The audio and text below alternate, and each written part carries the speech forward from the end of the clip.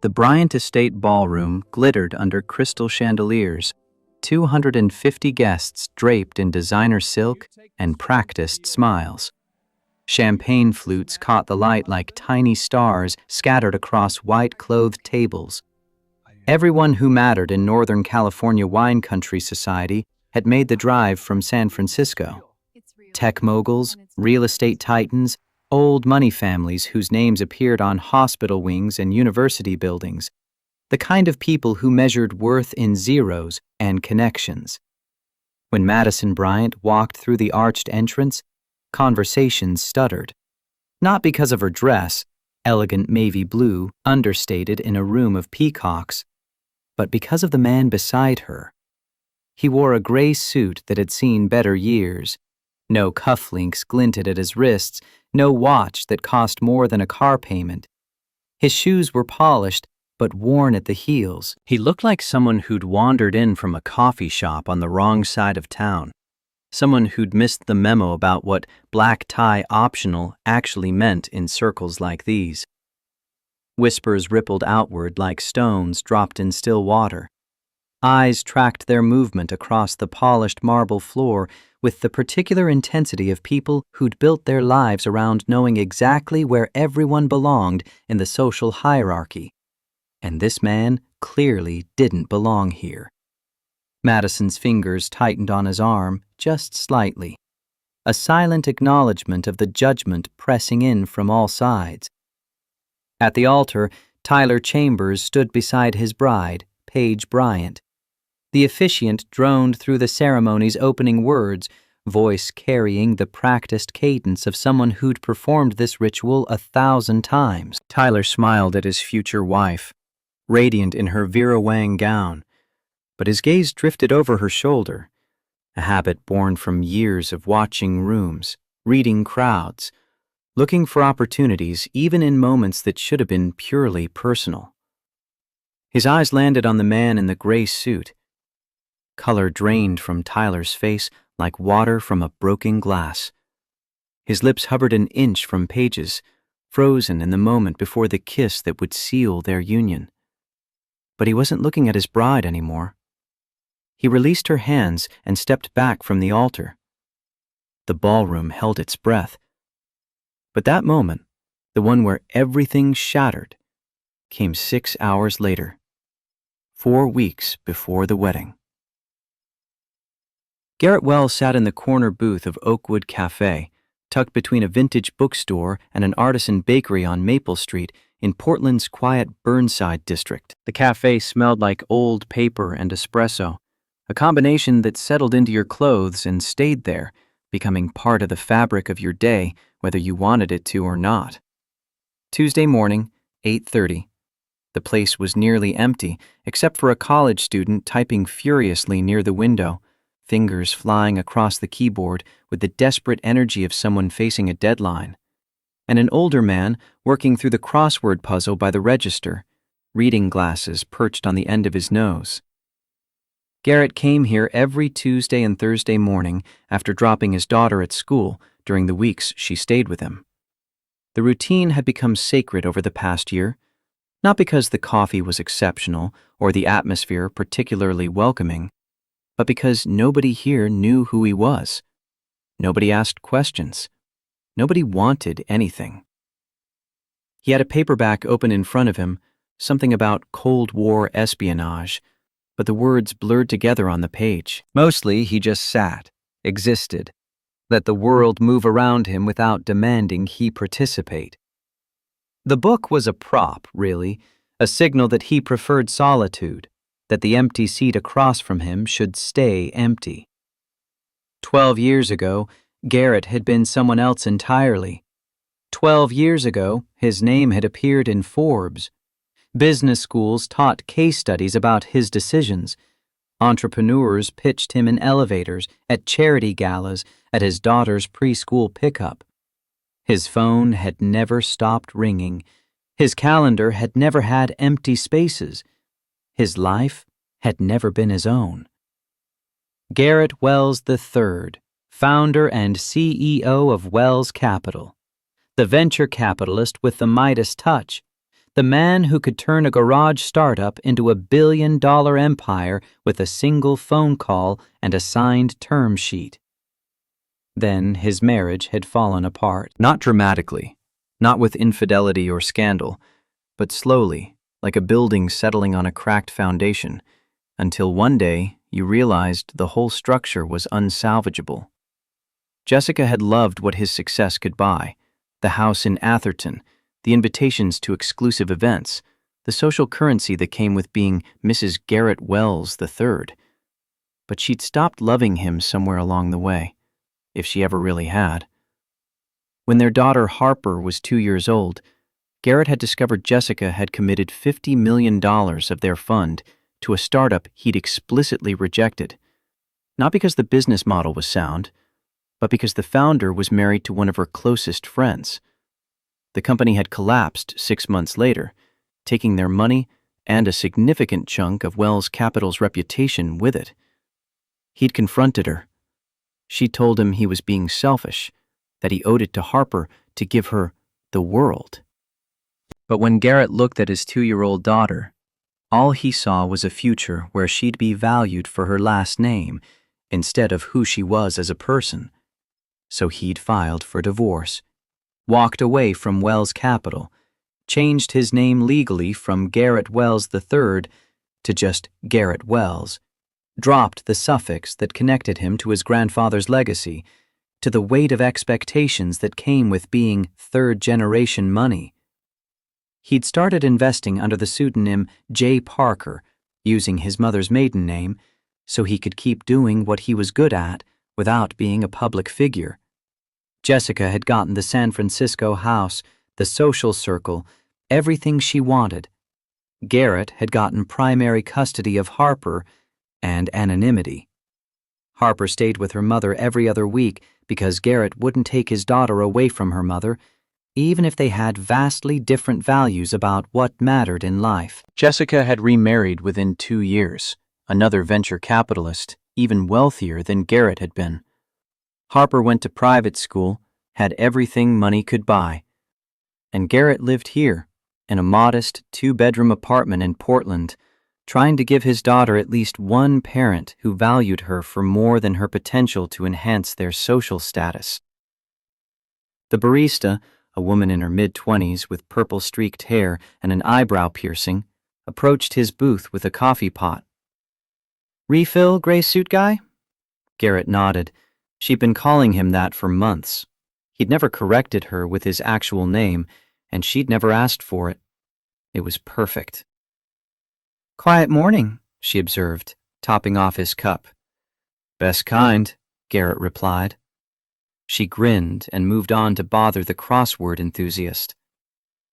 Garrett returned his attention to his book, to the comfortable anonymity of being nobody in particular, and tried not to think about how empty the seat across from him looked. The cafe door opened, bell chiming soft against the hiss of the espresso machine.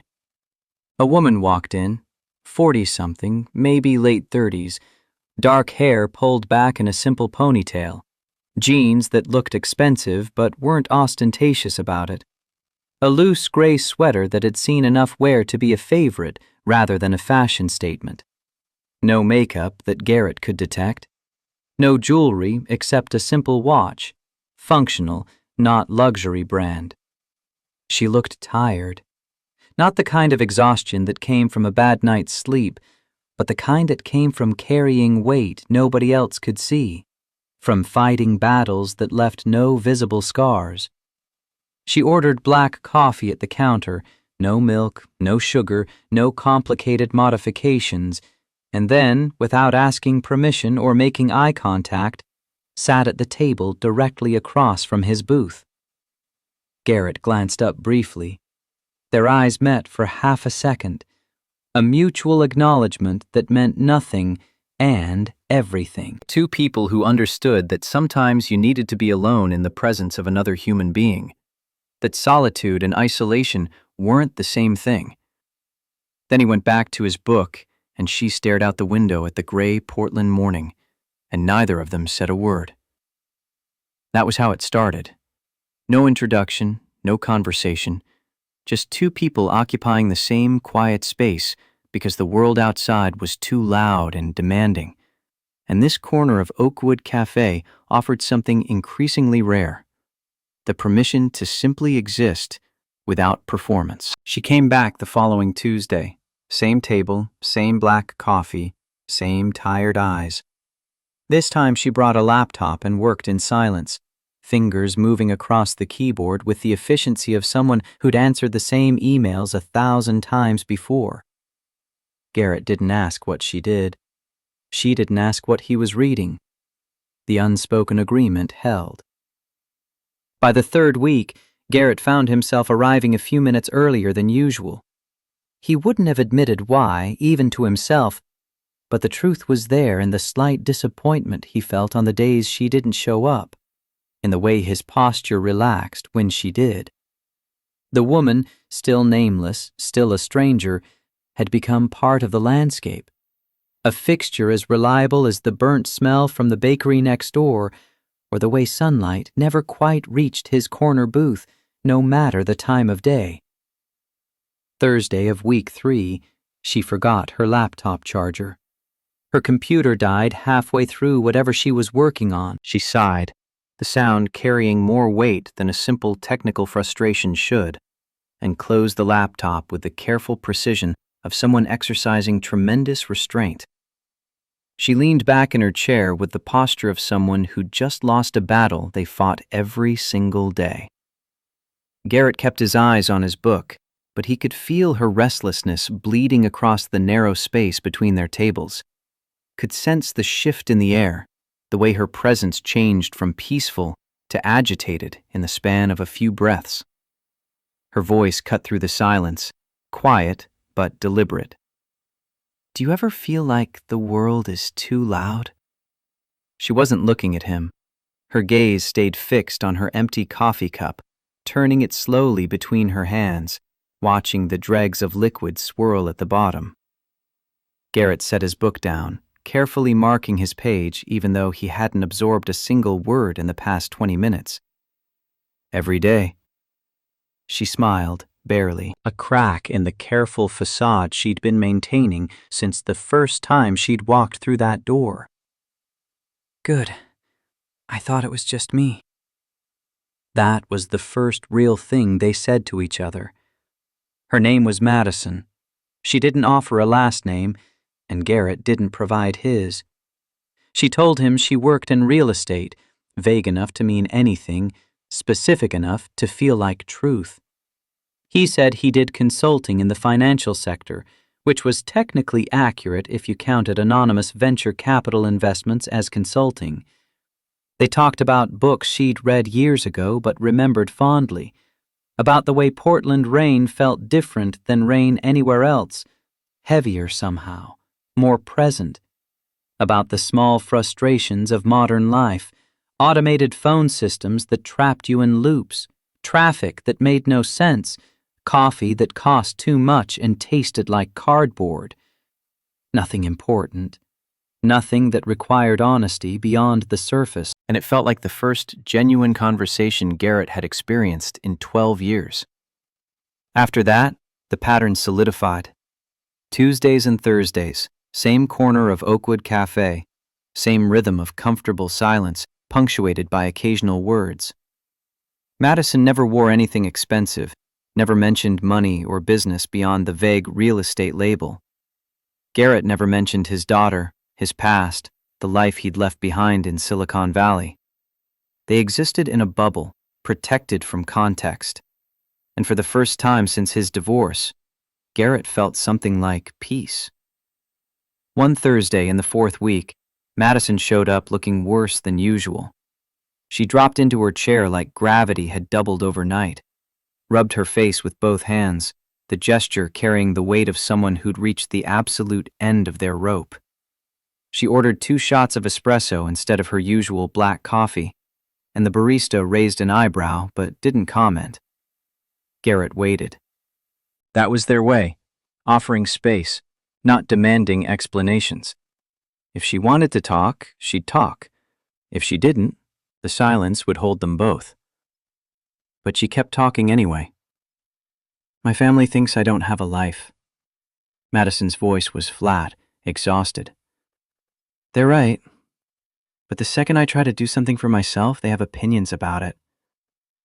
Garrett closed his book completely, giving her his full attention. What kind of opinions? The kind that come with conditions. She looked at him directly for the first time all morning, searching for something he couldn't name. Do you have family like that? The question hit deeper than she probably intended. Garrett thought about Jessica, about the expectations that had crushed their marriage, about the way Harper's private school mothers looked at him when he showed up in jeans instead of designer casual, about his own parents, long gone, who'd built the Wells name into something that felt more like a prison than a legacy. I don't have much family left, he said carefully. But I remember what it's like to be controlled by people who think they know better. Madison nodded slowly, processing this. I wish I could just disappear sometimes. Just being nobody. Garrett understood that more than she could possibly know. For 12 years, he'd been exactly nobody. He'd walked away from a name that opened doors and closed others, from a reputation that preceded him into every room, from expectations that suffocated more than they elevated. He'd become a ghost in his own industry, operating through intermediaries and legal structures so complex that even people who owed him everything had never seen his face. He'd built a life around invisibility, and sitting across from this exhausted woman who wanted the same thing, he felt something shift inside his chest. Not attraction, at least not primarily.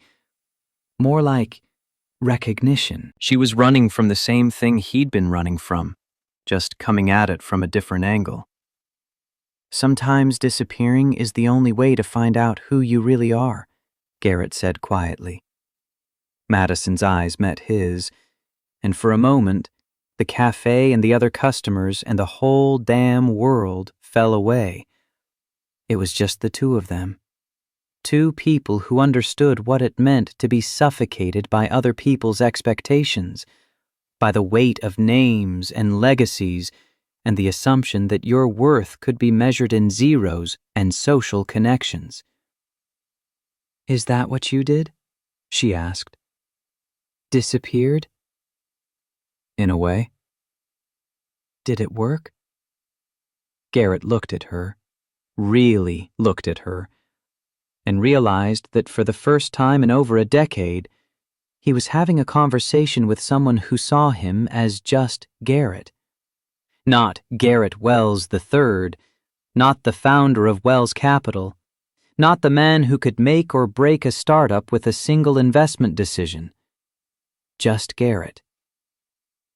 I'm still figuring that out, he admitted. They kept meeting. The weeks blurred together in the best possible way. Madison started smiling more, genuine expressions that reached her eyes and transformed her whole face.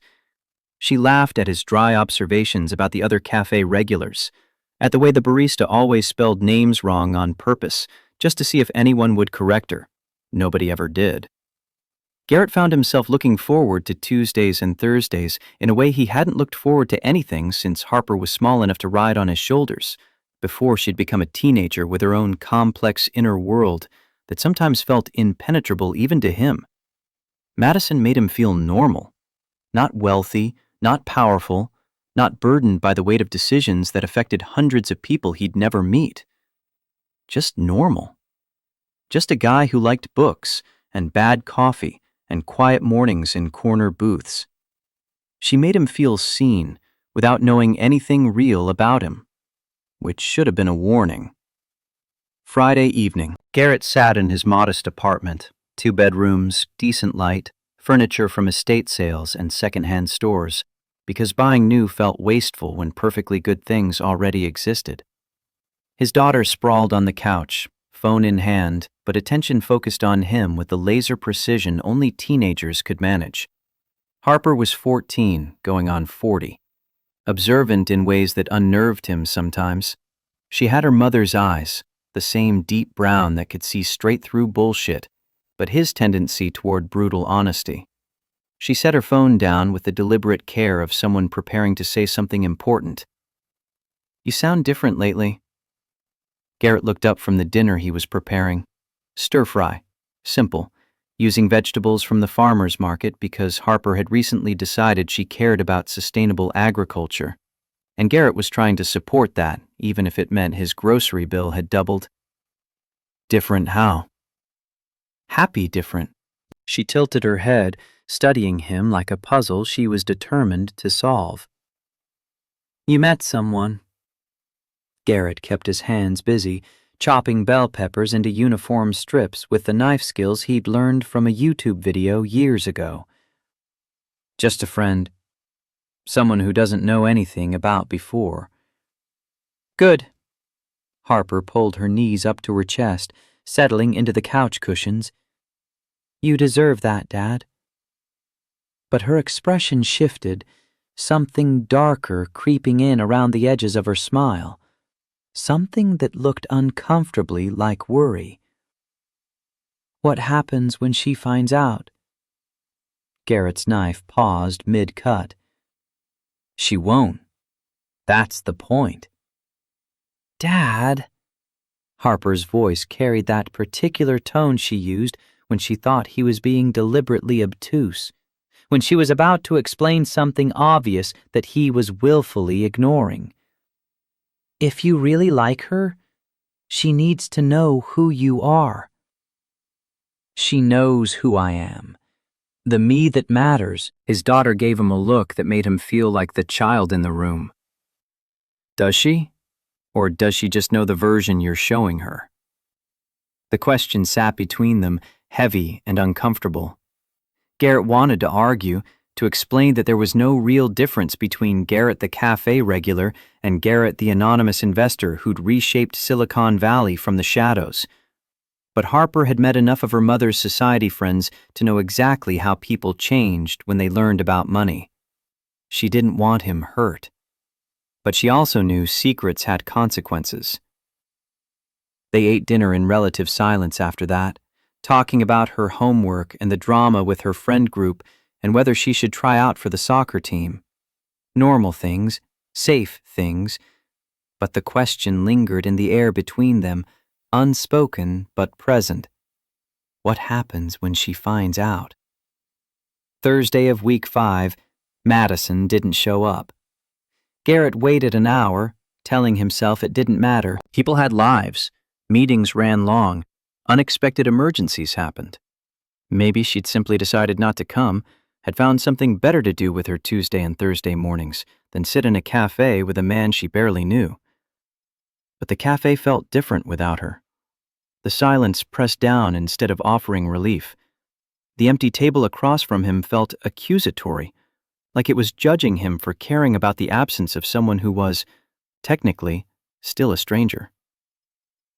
The following Tuesday, she still didn't appear. Garrett sat in his usual booth, book unopened on the table, coffee growing cold in its cup. He'd spent years perfecting the art of not needing people, of finding contentment in solitude. One woman's absence shouldn't have rattled him. Yet here he was, rattled. Thursday, she finally walked in, but she looked different. Polished instead of tired. Her hair was styled, not elaborately, but intentionally. She wore a blazer over dark jeans, minimal makeup that somehow made her look more like herself and less at the same time, like she'd put on armor that was subtle enough to be mistaken for casual confidence. She looked like someone important, which she'd never looked before. She sat across from him and set a cream-colored envelope on the table between them. The paper was heavy, expensive, the kind of thing that cost more than it should simply because it could. The kind of invitation that announced its own significance through weight and texture alone. Her voice came out steady, but her hands trembled slightly as they rested on either side of the envelope. "I need to ask you something. You can say no. I'll understand if you do." Garrett looked at the envelope, then at her. "What is it?" "My sister's getting married. 2 weeks from now. Big event. My whole family will be there." She paused, gathering something, courage maybe, or just the will to say the next part out loud. "I don't want to go alone." The request landed like a stone in still water, sending ripples outward that Garrett could already see spreading into his carefully constructed life. He'd been to events like that before. In another life, when his calendar was full of galas and fundraisers and networking dinners where everyone smiled too much and meant too little. He knew exactly what kind of scrutiny came with walking into a room full of wealthy strangers as someone's +1. He knew what they'd see when they looked at him, at his second-hand suit and his lack of obvious markers of success. "You want me to come with you?" "I know it's a lot to ask." Madison's words came faster now, like she needed to get them out before losing her nerve. "I know we don't really know each other that well, but I feel like I can breathe when I'm around you. I don't feel that way around anyone else, especially not at events like this." Garrett picked up the envelope, felt the weight of it speak volumes about the world he'd be walking into. Embossed printing, probably hand-delivered. The kind of invitation that wasn't really an invitation so much as a summons. "What kind of event are we talking about?" Madison looked down at her hands, at the way her fingers twisted together in her lap. "The kind where people judge you based on your last name and your net worth. The kind where I have to smile and pretend I'm not being suffocated." Every instinct Garrett had developed over 12 years of careful invisibility screamed at him to decline, to make an excuse, to protect the bubble they'd created here in this cafe where nobody knew anything about anything that mattered. But he looked at her, really looked, and saw the same desperation he'd felt a dozen years ago when the walls had closed in and the only solution had been to disappear. "Why me?" "Because you don't care about any of that." Her voice was barely above a whisper now. "Because you see me. Not the version of me everyone else expects. Just me." Garrett thought about his daughter, about the quiet life he'd built, about the fact that he'd spent years avoiding rooms full of people who thought they were better than him based on nothing but inherited wealth and cultivated connections. But he also thought about Madison, about the way she'd walked into this cafe looking for the same thing he'd been looking for, a place where she could just be. The decision was probably a mistake. He knew that even as he made it. "Okay, I'll go with you." Her expression shifted through relief and gratitude and something else he couldn't quite identify. Fear, maybe. Or recognition that they'd just changed something fundamental between them, had stepped out of the safe bubble of anonymity into something far more complicated. "You don't have to dress up or anything," she said quickly. "Just be yourself. That's all I need." Garrett nodded, but even as he agreed, he felt the weight of what he was walking into. He'd been to events like this before. He knew exactly how people like Madison's family would look at someone like him, someone in an off-the-rack suit, no pedigree, no obvious wealth to justify his presence. He knew, and he went anyway. The next week passed in a strange suspension, like time had decided to move at a different speed than usual. Madison texted him for the first time, a simple message thanking him for agreeing to come, acknowledging it would be uncomfortable, but expressing relief that he'd be there. Garrett stared at the message for a long time before replying. The distance between them was starting to close in ways that made the eventual collision feel inevitable. 3 days before the wedding, Madison showed him another message during their Thursday cafe meeting. This one was from her sister Paige. The text was polite, carefully worded. But underneath the politeness lived something sharp, something that cut. Looking forward to meeting your guest. Took the liberty of sending over a few wardrobe suggestions just so he feels comfortable. You know how formal these things can be. Attached were links to designer suits, Armani, Tom Ford, Brioni. Each one cost more than Garrett's monthly rent. Madison's jaw tightened as she handed him her phone, the muscles working beneath her skin in a way that suggested she was exercising tremendous control to keep from throwing the device across the cafe. Her voice came out flat, drained of inflection. She's testing you. She's testing both of us.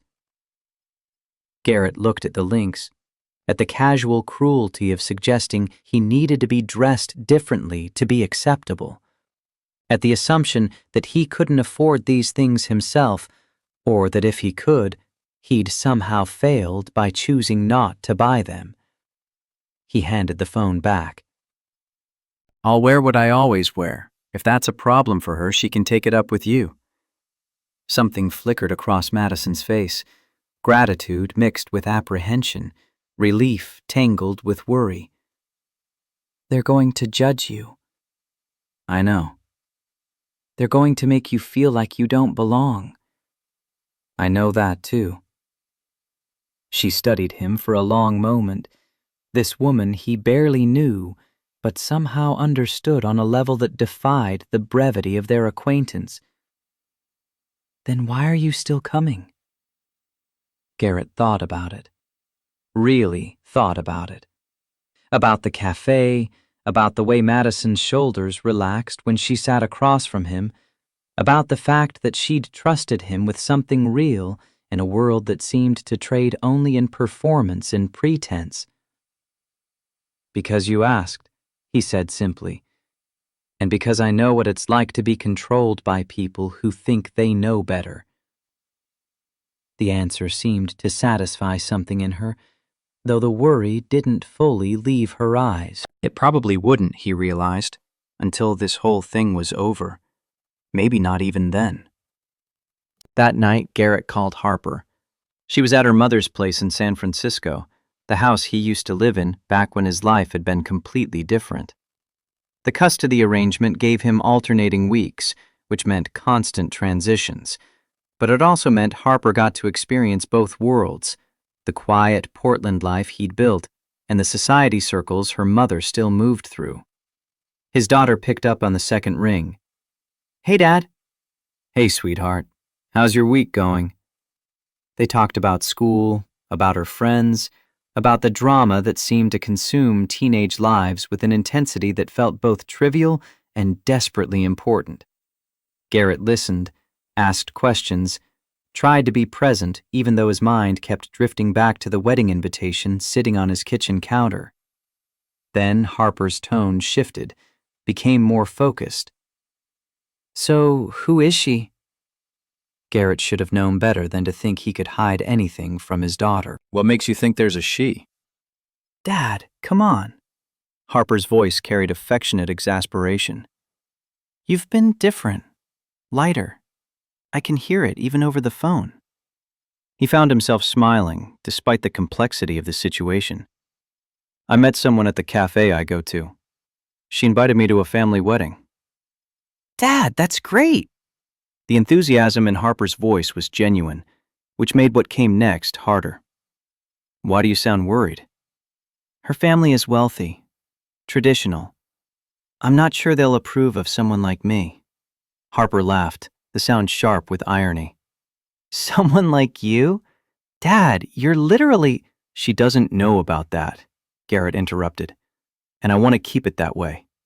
Silence on the other end of the line, heavy with things unsaid. Then, carefully.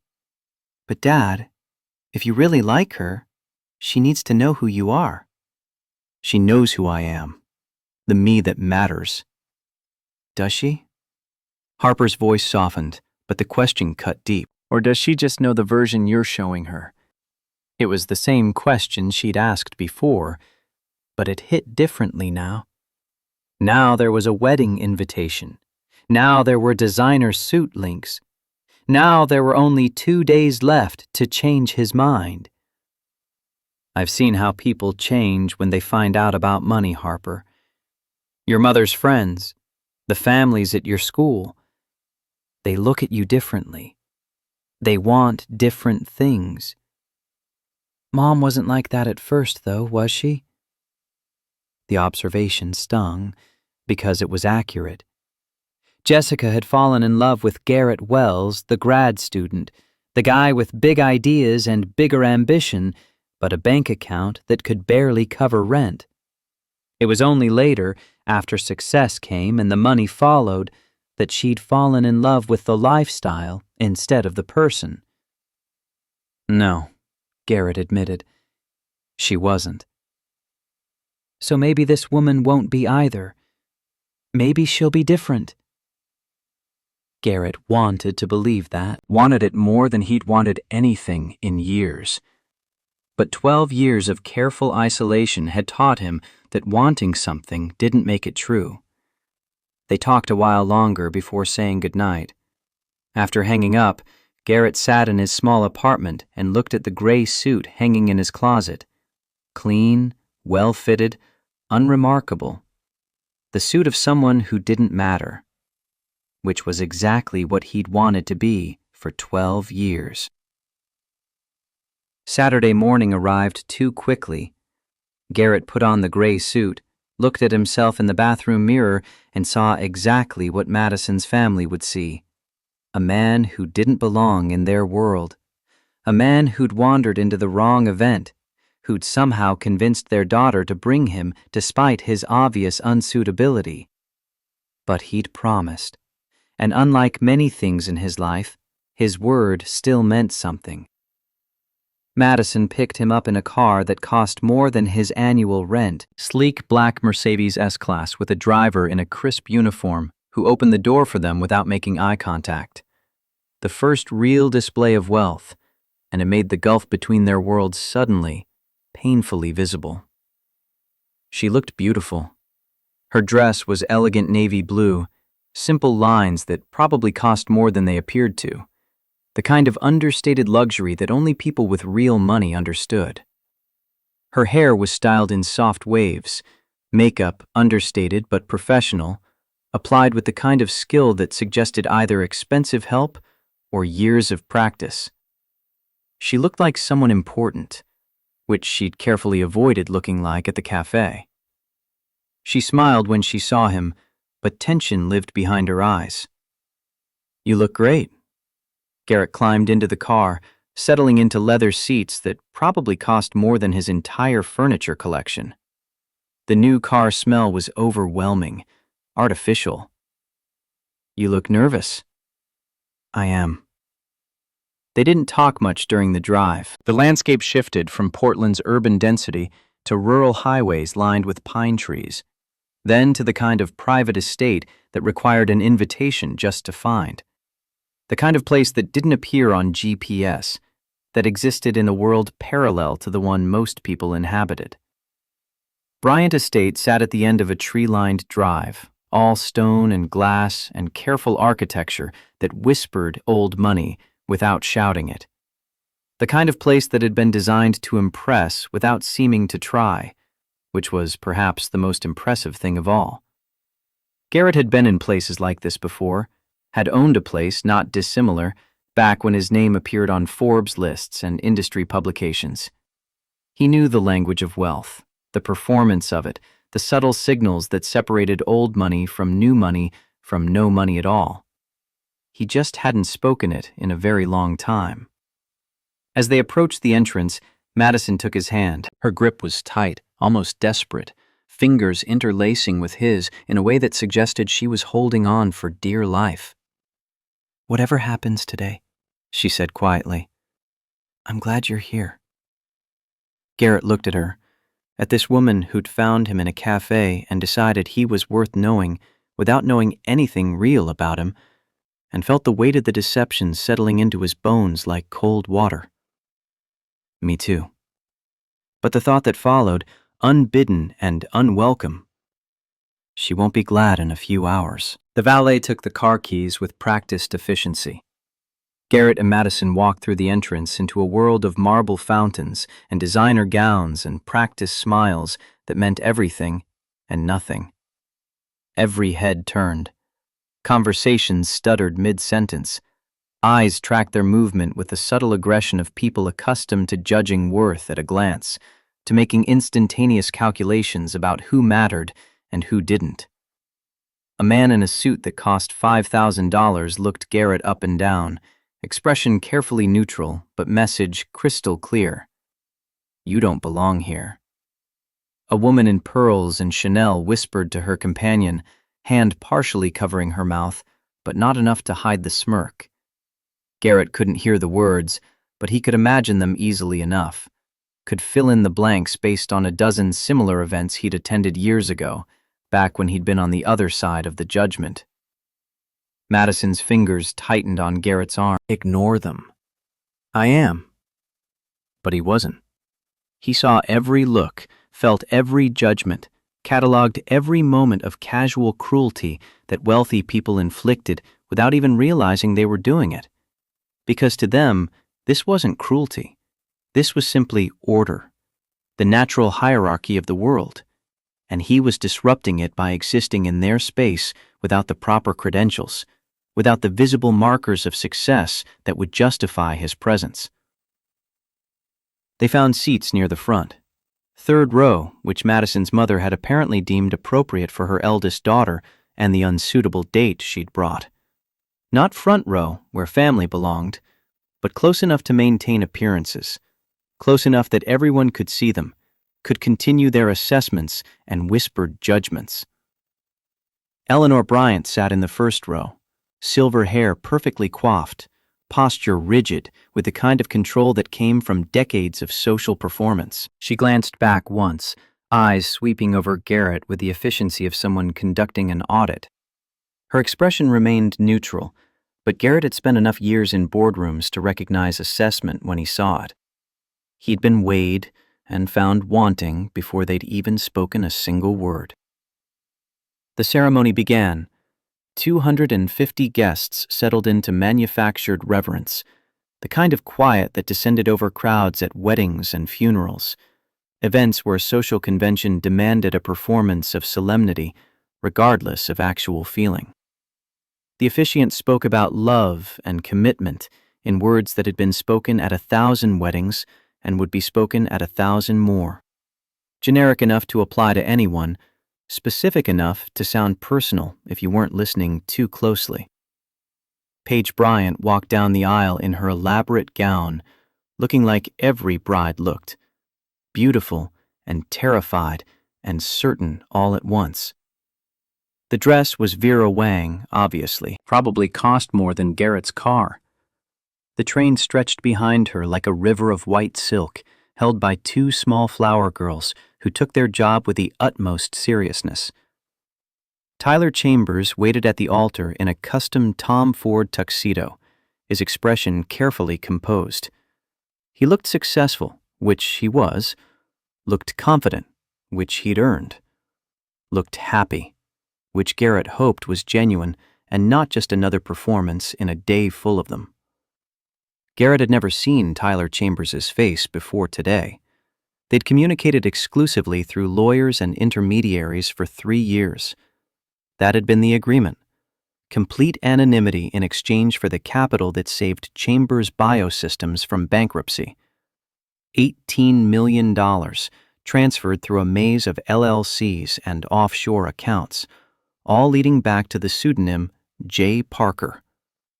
The investment had paid off spectacularly. Chambers Biosystems had developed 3 promising gene therapies, caught the attention of a pharmaceutical giant, and sold for $950 million. The sale had made Tyler Chambers wealthy enough to marry into the Bryant family without being seen as a fortune hunter, had given him the kind of success story that opened doors in circles like these. And Tyler had never known who to thank. The legal structure Garrett had built was specifically designed to prevent exactly that kind of knowledge, to maintain the wall between J. Parker the investor and Garrett Wells the person. Until now. The officiant droned through the standard text. Paige and Tyler exchanged vows they'd probably written themselves, but sounded suspiciously like every other wedding vow Garrett had ever heard.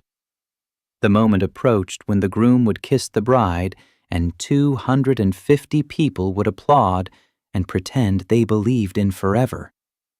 Tyler turned toward Paige, lifting the veil from her face with hands that trembled just slightly, but his eyes drifted over her shoulder, scanning the crowd in that restless way successful people had, always watching, always cataloging, always looking for the next opportunity, even in moments that should have been purely personal. His gaze landed on Garrett. For a moment, nothing happened. Tyler's expression stayed carefully neutral, smile still in place, body language still appropriate for a man about to kiss his bride. But something shifted behind his eyes. Recognition firing like a spark in dry tinder. Memory connecting dots that shouldn't have been connectable. Not here. Not now. Not at his own wedding. The color drained from his face like someone had opened a valve. His lips hovered an inch from Paige's, frozen in the instant before contact. But he wasn't looking at his bride anymore. He was staring past her, past the officiant, past the front row of family, into the third row where Garrett sat perfectly still. Paige noticed first. Tyler? But her fiancé didn't respond. He just stood there, staring, as understanding dawned across his features in real time. Then Tyler Chambers released Paige's hands and stepped back from the altar. The officiant cleared his throat, uncertain. You may now... But Tyler was already walking down the steps, past the front row where Eleanor Bryant sat frozen in shock, past the bridesmaids who exchanged nervous glances, their carefully practiced smiles faltering. He walked directly toward Garrett with the single-minded focus of someone who'd just seen a ghost. The ballroom went silent. 250 people held their breath. Phones appeared in hands, inevitable as sunrise, predictable as gravity. Madison's hand tightened on Garrett's arm, confusion radiating from her in waves. What's happening? Garrett didn't answer, couldn't answer, because he knew exactly what was about to happen, and there was no way to stop it. No words that could prevent the collision he'd been dreading since the moment he'd agreed to come to this wedding. Tyler stopped in front of their row. He looked at Garrett Wells sitting in his off-the-rack gray suit, this man who'd been judged and dismissed by everyone in the room, and Tyler Chambers dropped to one knee.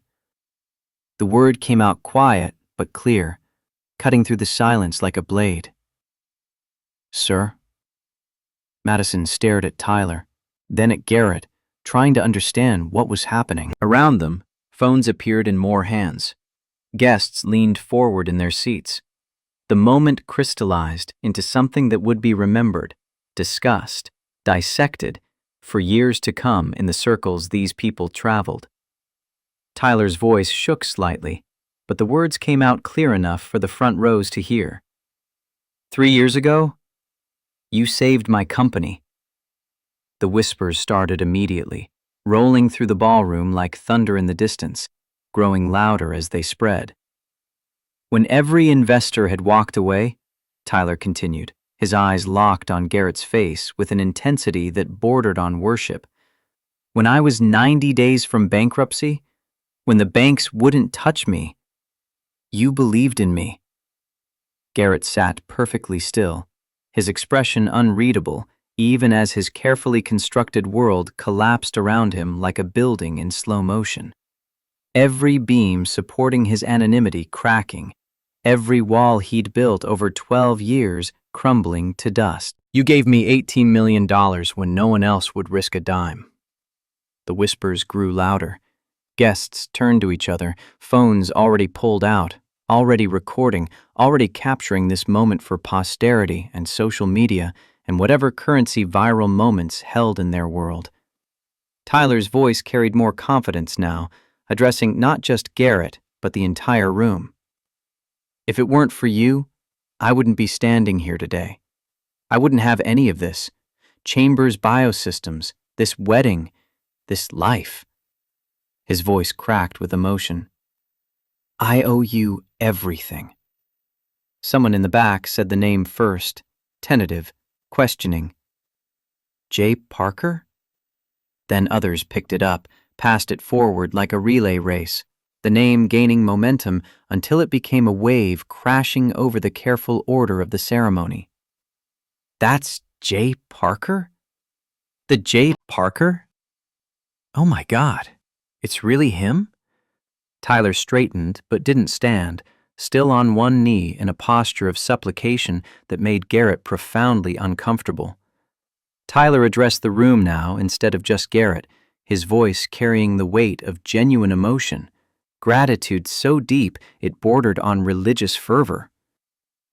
This man is J. Parker. Some of you have heard the name. Most of you have spent years trying to find him. Tyler's voice grew stronger, more assured. He's the investor who's funded half the successful startups in San Francisco. The one who turned no-name founders into billionaires.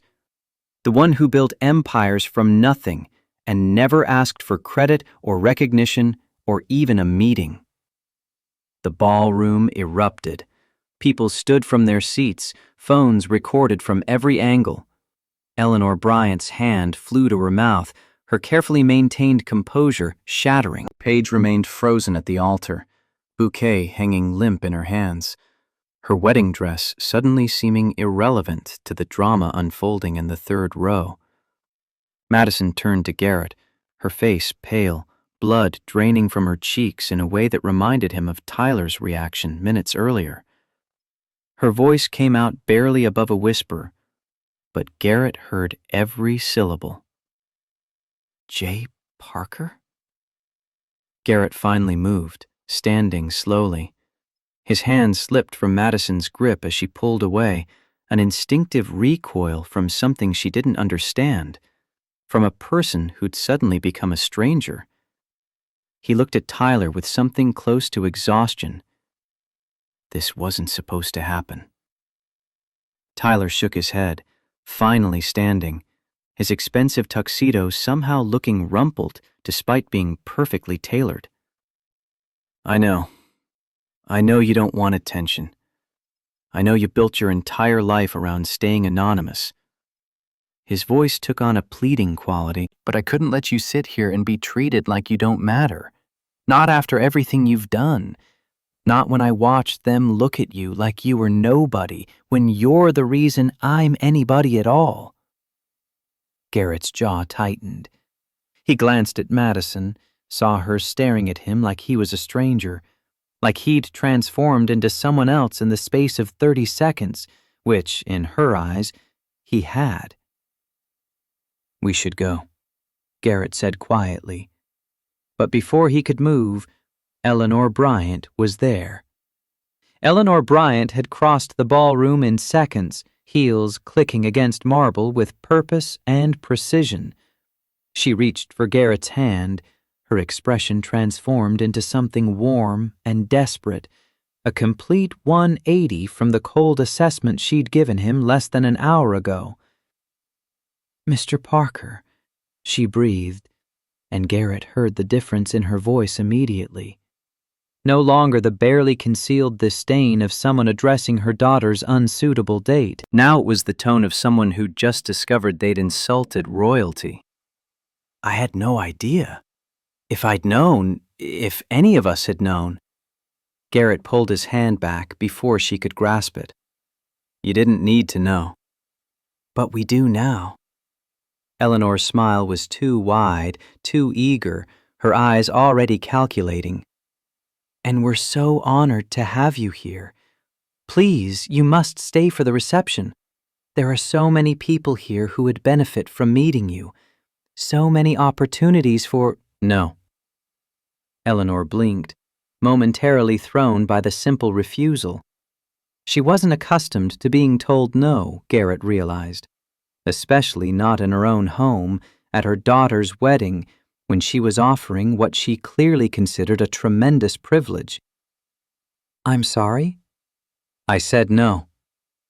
Garrett's voice stayed calm, but steel lived underneath the words.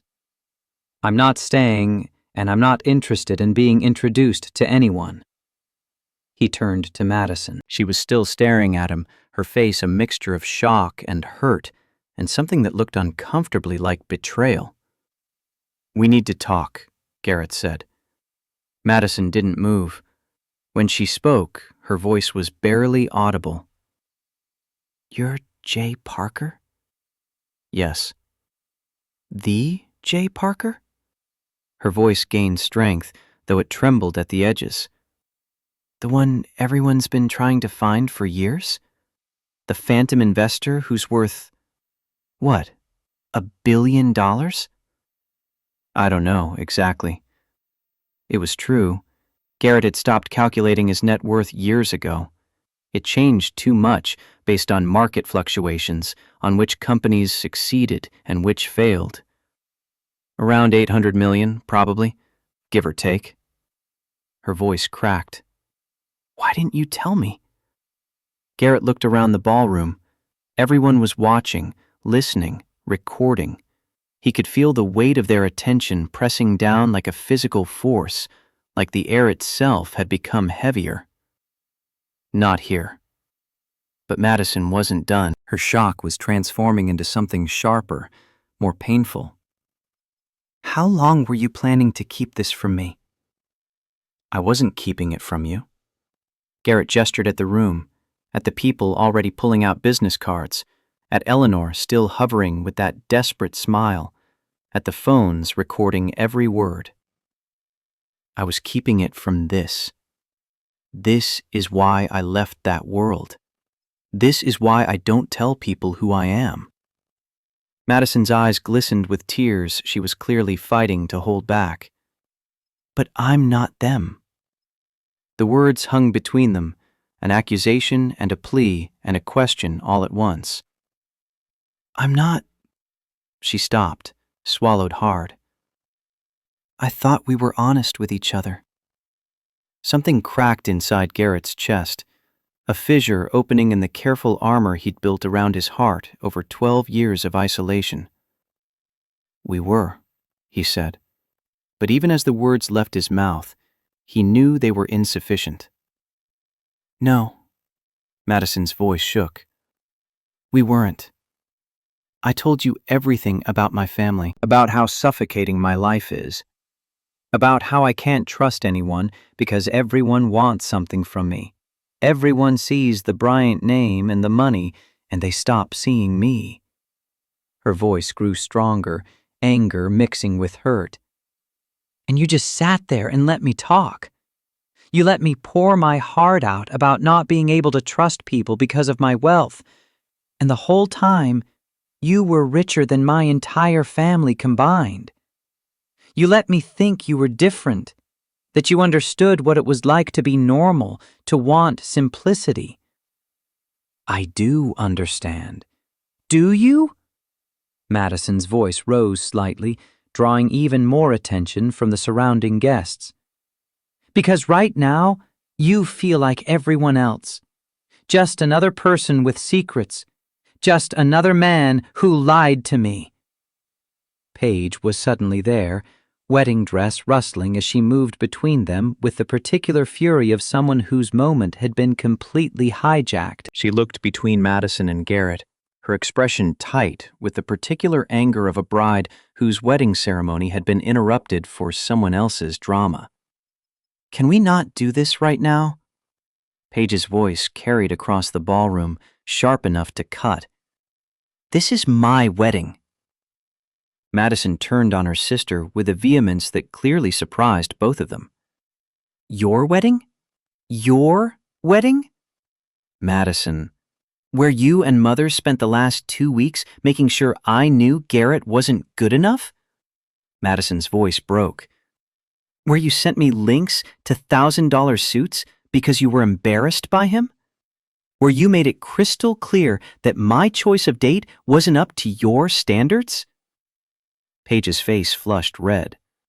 I was trying to help. You were trying to control me. Madison's voice carried years of accumulated frustration. Like you always do. Like Mother always does. Like this entire family has done my whole life. Deciding what's appropriate and what isn't. Who's acceptable and who needs to be fixed or hidden or apologized for. Her voice cracked, and she looked at Garrett with something raw in her eyes. And I let you. I let you make me feel like I'd done something wrong by bringing someone I actually cared about. Because I thought... She stopped, the words catching in her throat. I thought at least one person in my life wasn't lying to me. The accusation landed like a physical blow. Garrett felt it hit, felt the truth of it settle into his bones, because she was right. He'd done exactly what he'd accused Jessica of doing all those years ago. He'd made decisions about what information someone else could handle, had hidden parts of himself because it was easier than risking rejection. I never lied, Garrett said, but even he could hear how weak it sounded. You didn't tell the truth either. Madison's voice was quiet now, drained of the anger, leaving only hurt behind. And I don't know which is worse. The ballroom was still watching, still listening. Garrett could see phones recording, could see people leaning in to catch every word. He'd spent 12 years avoiding exactly this moment, the exposure, the spectacle, the transformation from person to commodity. And now it was happening anyway, in front of 250 people who had spread this story through their networks like wildfire. He took a breath, trying to find words that might make this better, knowing there probably weren't any. You're right, he said quietly. I should have told you. But I didn't know how to do it without this happening. He gestured at the crowd, at the phones, at the transformation that was already occurring in how people looked at him.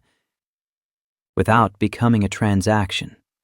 Without having every conversation become about what I could do for someone instead of who I am. Madison's expression shifted, and for a second Garrett thought he saw understanding flicker across her face.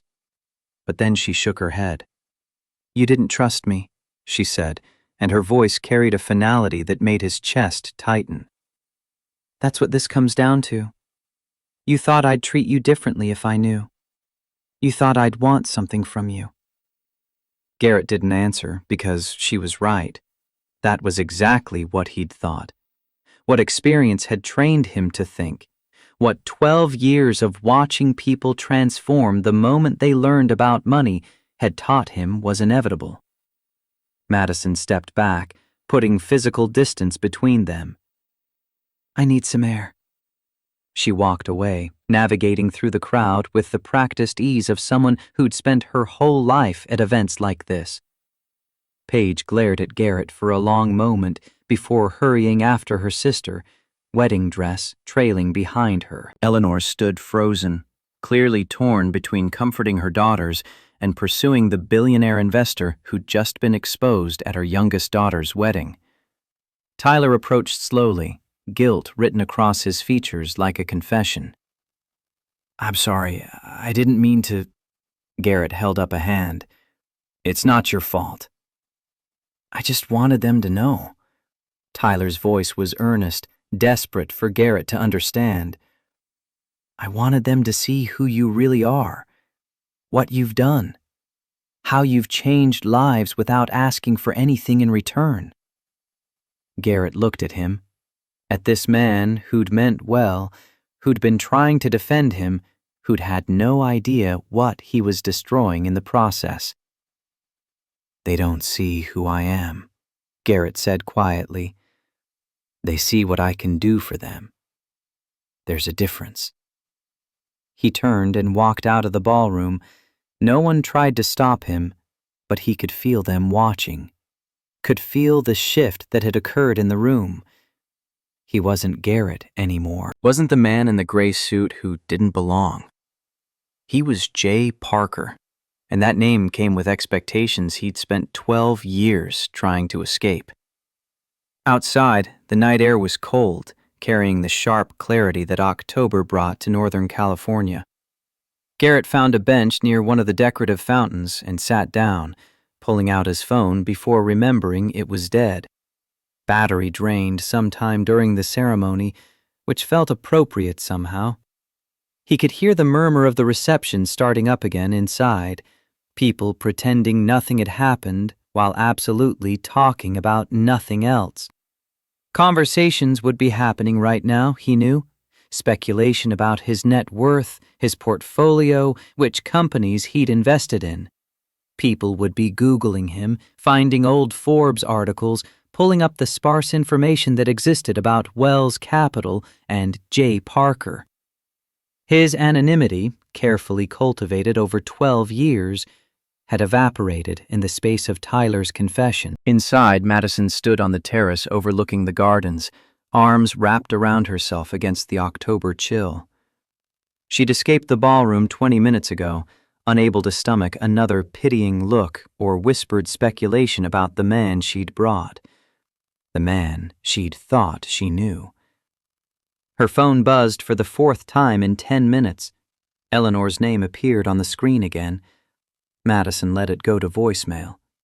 She had nothing to say to her mother right now, nothing that wouldn't make everything worse. The door opened behind her.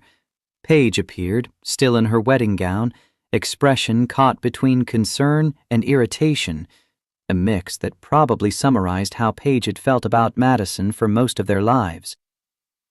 "You can't hide out here all night," Paige said. Madison didn't turn around. "Watch me." Paige moved to stand beside her, looking out at the manicured gardens that had cost more than most people made in a year. For a moment, neither of them spoke. "Mother's going insane in there," Paige finally said. "Half the room wants to know how you met him. The other half wants introductions to the mysterious J. Parker for their various business ventures." "Tell them he's unavailable." Madison's voice came out flat, empty of the emotion churning underneath. "Madison, he left." "I know. I asked him to leave, and he did." Madison finally turned to look at her sister. "So there's nothing to introduce anyone to." Paige was quiet for a moment, then carefully, "Do you want to talk about what happened?"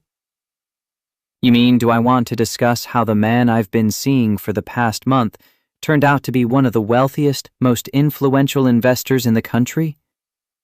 Madison's laugh held no humor. "How I poured my heart out to him about my trust issues, about people who only want me for my family's money, and he just sat there nodding along like he couldn't possibly relate when he was dealing with the exact same thing but on a much larger scale." "He was probably trying to protect himself," Paige offered. Madison stared at her sister. From what? Paige's expression softened in a way Madison rarely saw. From what happened in there. Everyone treating him differently the second they knew. Everyone suddenly wanting access to him, wanting something from him. She paused. "Isn't that exactly what you were running from, too?" The observation landed with uncomfortable accuracy. Madison had spent 10 years keeping people at arm's length, terrified they'd only want access to Bryant properties. She'd hidden in Portland, cultivated a separate life where she could just be Madison instead of Madison Bryant, heiress and CEO, where she could have coffee with someone without wondering if they'd Googled her net worth before sitting down. And she'd met Garrett doing the exact same thing. The symmetry should have been comforting. Instead, it felt like betrayal. "It's different," Madison said, but her voice lacked conviction. "How?" "Because I would have understood." Madison's voice rose, frustration breaking through the careful control she'd been maintaining. "If he'd told me the truth from the beginning, I would have gotten it. I would have seen that we were the same, that we were both trying to escape the weight of wealth and expectations." "But he didn't trust you enough for that," Paige said quietly. "No." Madison felt the word like a knife. "He didn't." Before she could say anything else, Eleanor appeared in the doorway. Eleanor had shed the desperate eagerness from earlier, replaced it with the cool composure she wore like armor, the mask of the matriarch. The woman who'd run Bryant Properties for 5 years since Thomas died. "Madison, darling, we need to talk."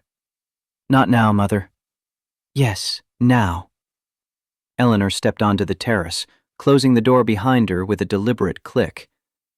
"That man, Garrett Wells or Jay Parker or whatever he calls himself, just walked away from the most important networking opportunity our family has had in a decade."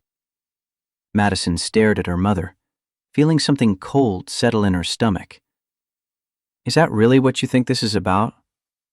"What I think," Eleanor said precisely, "is that you brought someone significant into our circle without proper vetting, and now we're all scrambling to understand the implications." "Proper vetting?" Madison repeated the words like they tasted bitter. "You mean you wish you'd known he was rich before you sent me links to expensive suits because you were embarrassed by him?" Eleanor's jaw tightened. "I was trying to help you present well." "No."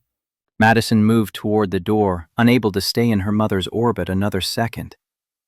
"You were trying to control how I looked to your friends, to make sure I didn't embarrass you by bringing someone who didn't meet your standards. And the second you found out Garrett had more money than most of them combined, you couldn't apologize fast enough." "I made a mistake in judgment," Eleanor said stiffly. "I'm attempting to correct it." "The only thing you're attempting to correct is your access to his investment portfolio." Madison pushed past her mother. "I'm going home." "Madison!" But she was already walking back through the ballroom, ignoring the eyes that tracked her movement, the whispered conversations that died as she passed. She found her driver, gave him an address she'd only seen once on Garrett's phone when he'd called a car. 15 minutes later, she stood outside a modest apartment building in a quiet Portland neighborhood, the kind of place where people worked regular jobs and worried about regular things. Nothing about it suggested wealth or power or influence, which was exactly the point, she realized. She climbed the stairs to the 3rd floor and knocked on apartment 3C. No answer. She knocked again, harder. Still nothing. Madison pulled out her phone and called him, straight to voicemail. She tried twice more with the same result before accepting that he wasn't here, wasn't anywhere she could find him.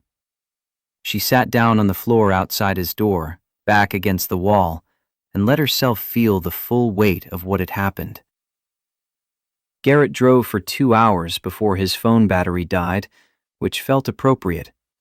He'd left his charger at home, left everything behind except the clothes he wore and the growing certainty that he'd destroyed something worth keeping. By the time he pulled into a rest stop outside Salem, exhaustion had settled into his bones. He couldn't go back to Portland yet, couldn't face the apartment that suddenly felt more like a hiding place than a home.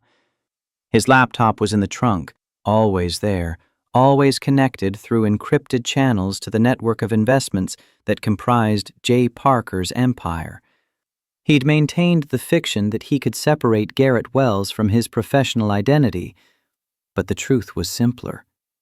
He'd just gotten better at hiding. He opened the laptop in the harsh fluorescent light of the rest stop parking lot. 47 new emails, all sent in the last 3 hours. Investors who'd somehow obtained his personal address, suddenly eager to discuss partnership opportunities. Entrepreneurs who'd been sitting on his contact information for years, waiting for the right moment. Journalists asking for statements, interviews, clarification on how many companies he'd funded and how much money he'd made. The anonymity he'd cultivated for 12 years had evaporated in the span of Tyler Chambers's confession. One email stood out, from Jessica, his ex-wife. Subject line, "I saw the video." Of course there was a video. Of course it had already spread beyond the wedding, beyond the immediate circle of guests. That's what happened when something dramatic unfolded at a society event in the age of smartphones. It became content, entertainment, currency. He opened the email against his better judgment. Garrett, whatever you're thinking right now, don't do it. Don't run again. I know that's your instinct.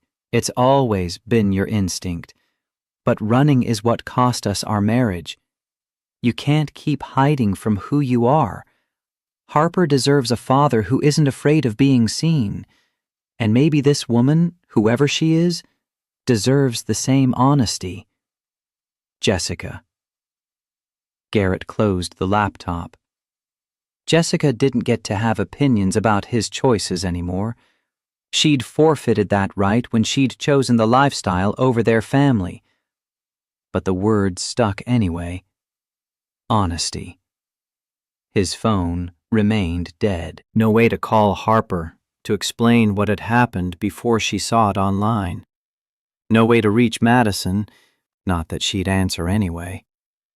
He was completely alone. Which was what he'd claimed to want for 12 years. Turned out wanting something and living with it were different things. Garrett dozed in the car until dawn, then drove back to Portland as the city woke up. Sunday morning meant fewer people on the streets, fewer eyes that might recognize him from viral videos they'd scrolled past during their morning coffee.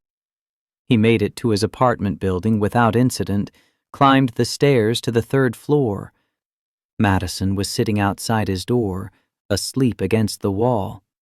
Her makeup had smudged during the night, mascara creating dark shadows beneath her eyes. Her carefully styled hair had fallen loose, waves becoming tangles. She still wore the navy dress from the wedding, now wrinkled from sitting on the floor for hours. She looked exhausted and young, and nothing like the polished woman who'd picked him up for the wedding. She looked like the person he'd met at Oakwood Cafe. Garrett knelt beside her, close enough that his movement disturbed her sleep. Her eyes opened slowly, unfocused for a moment before recognition hit. She sat up straighter. Your phone's been off. Battery died. I've been here since midnight. She checked her own phone, squinting at the brightness. It's 6:30. Garrett checked his watch. You've been sitting in a hallway for 6.5 hours? I needed to know if you were okay. Her voice carried something raw, stripped of the anger from the wedding. And I needed to know if I was. He unlocked his door and gestured for her to come inside. The apartment was exactly what it appeared to be. Modest furniture, shelves of actual books instead of designer objects, a kitchen that showed signs of real use. No expensive art on the walls, no status symbols, just a space where someone lived quietly. Madison walked through it slowly, taking in details. She stopped at the small bookshelf near the window, running her finger along the spines. Half of them matched books they'd discussed at the cafe. This is really your life, she said, and it wasn't a question. This is really my life, Garrett confirmed. He moved to the kitchen, started coffee out of habit. The familiar routine of grinding beans, measuring water, waiting for the machine to hiss and gurgle, felt grounding in a way nothing else had since Tyler had knelt in front of him. The other thing, Madison continued, still looking at the books. J. Parker, the investments, all of it. That's work. This is where I live. Madison turned to face him.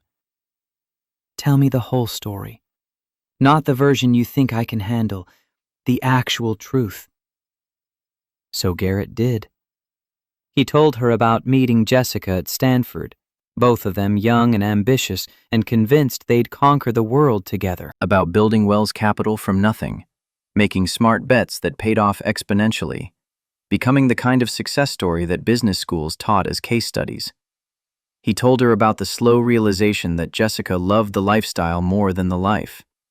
about watching her transform from a partner into a socialite, from someone who cared about impact into someone who measured worth in invitations and appearances and the right circles.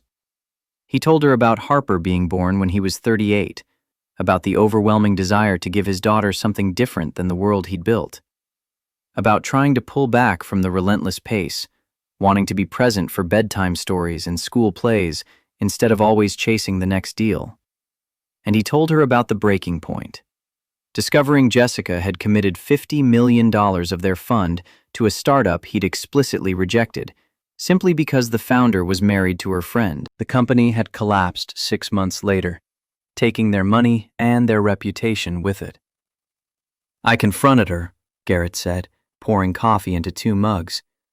She told me I was being selfish, that I owed it to Harper to give her the world. But I looked at our 2-year-old daughter, and all I saw was a future where she'd be valued for her last name instead of who she was. He handed Madison a cup, their fingers brushing briefly. So I filed for divorce, walked away from Wells Capital, changed my name legally to just Garrett Wells, dropped the third that connected me to my grandfather's legacy, started investing under the pseudonym J. Parker so I could keep doing what I was good at without being a public figure. Madison accepted the coffee, wrapping her hands around the warmth. And Jessica got the San Francisco house, the social circle, everything she wanted. I got primary custody of Harper and anonymity. Garrett leaned against the counter. Harper stays with her every other week because I won't take my daughter away from her mother, even if we have different values about what matters. Jessica remarried within 2 years. Venture capitalist, even wealthier than I was. Harper goes to private school, has everything money can buy. He met Madison's eyes. And I live here, trying to give her at least one parent who values her for more than her potential to enhance our status. The story settled between them, heavy with implications. Madison set her coffee down carefully. Why didn't you tell me about Harper from the beginning? Because the moment I mention having a daughter, people ask questions, Garrett said. Where does she go to school? Where does her mother live? Why did the marriage end? Every question leads back to who I was, what I walked away from, why I left. He met her eyes. I wanted to keep you separate from all that. I wanted there to be one part of my life that existed outside the narrative. But I'm not a part of your life, Madison said quietly. I'm a person who deserves to know who she's spending time with. You're right. The admission came easier than Garrett expected. You're absolutely right. I was so focused on protecting myself that I didn't think about what I was taking from you. Madison moved to the window, looking out at the Portland morning. Light was beginning to filter through the buildings, turning the sky from black to deep blue to the pale gray that preceded sunrise. Can I tell you something I've never told anyone? Garrett nodded. 10 years ago, I was engaged, Madison said, still facing the window. His name was Blake Mitchell, brilliant architect, built sustainable housing for low-income communities through a nonprofit he'd started right out of college. She turned to face Garrett, pain evident in her expression. I loved that he didn't care about money or status or any of the things that defined my family. We dated for 2 years before I told him about Bryant Properties. Before that, I just said I worked in real estate. True enough, vague enough. When he found out the truth, that I was worth hundreds of millions personally, that my family basically owned half of Portland's commercial real estate, everything changed. Garrett stayed quiet, letting her work through it. He started asking my opinion on business decisions, Madison continued. Wanted introductions to investors. Eventually proposed a partnership where Bryant Properties would fund his housing projects. Her voice went flat. When I said no, that I wanted to keep work and personal separate, he accused me of not believing in his vision. I broke off the engagement, she said quietly. And I've spent 10 years alone because I couldn't tell if anyone wanted me or wanted access to my family's resources. The parallel hit Garrett like a physical blow. They'd been running from the same thing, just approaching it from opposite directions. So when I met you at Oakwood, and you didn't ask what I did, didn't try to impress me, just existed quietly in the same space. She met his eyes. I thought I'd finally found someone who saw me. And maybe that's the problem. Maybe we're so used to people wanting us for the wrong reasons that we can't recognize when someone might want us for the right ones. She picked up her purse, moving toward the door. Garrett's chest tightened. Where are you going? I don't. And one text from Harper, sent at 7 that morning. Dad, call me when you wake up. I saw the videos. We need to talk. Garrett called immediately.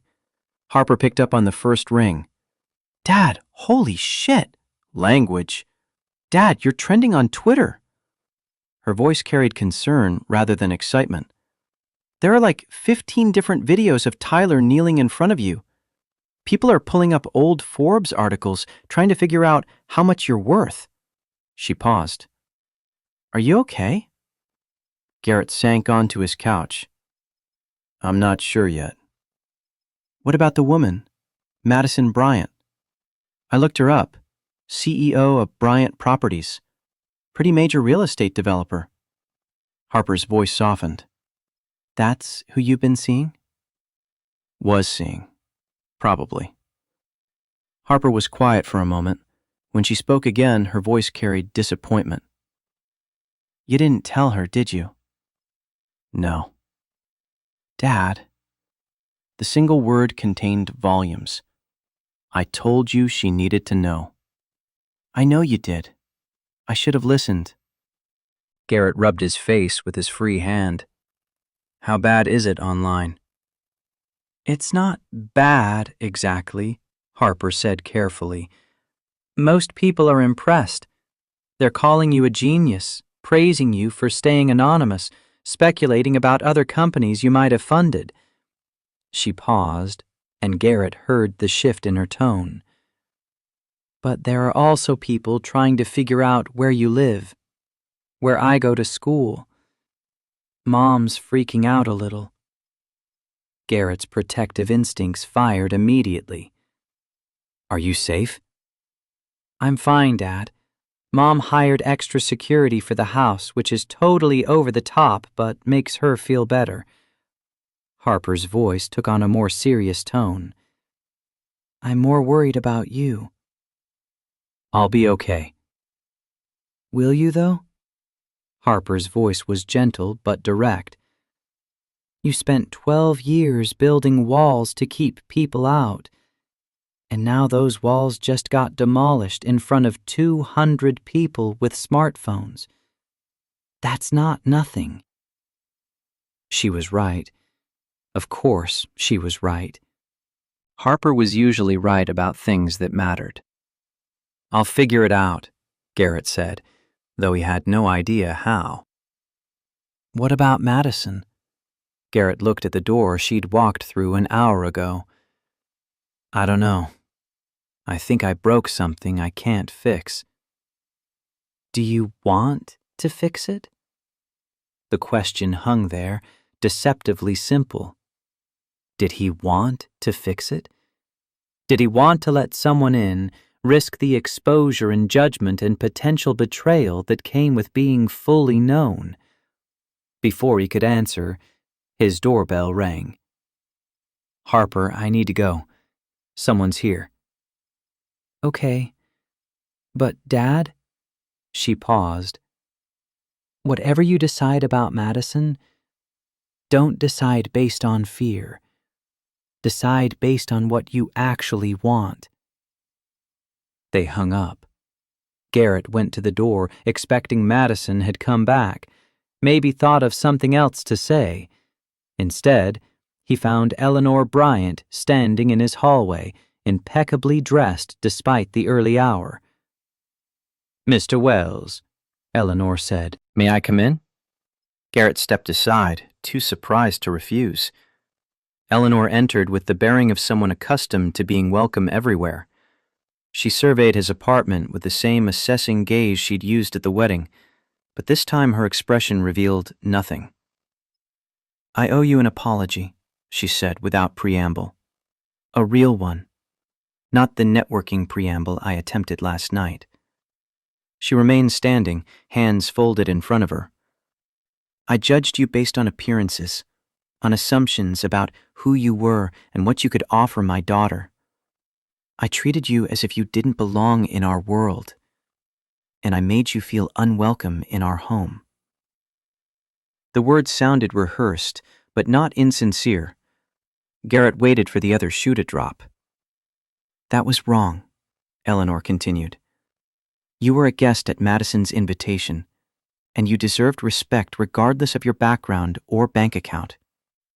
Her voice wavered slightly. "I've just said the same thing to the remaining guests still at the manor. I wanted to say it to you directly." "Why?" Garrett asked. "Because Madison threatened to resign from Bryant Properties and remove herself from the family trust if I didn't." Eleanor's composure cracked just slightly. "My daughter is willing to walk away from everything she's built, everything our family represents, rather than be associated with how we treated you." She met his eyes. "That tells me I misjudged more than just your financial status." Garrett processed this. Madison had gone to war with her family over him, had drawn a line and dared them to cross it. "You didn't need to do this for me, Mrs. Bryant. You needed to do it for your daughter." "I'm aware," Eleanor said quietly. She moved toward the door, then paused. "Madison's father, my husband, died 5 years ago.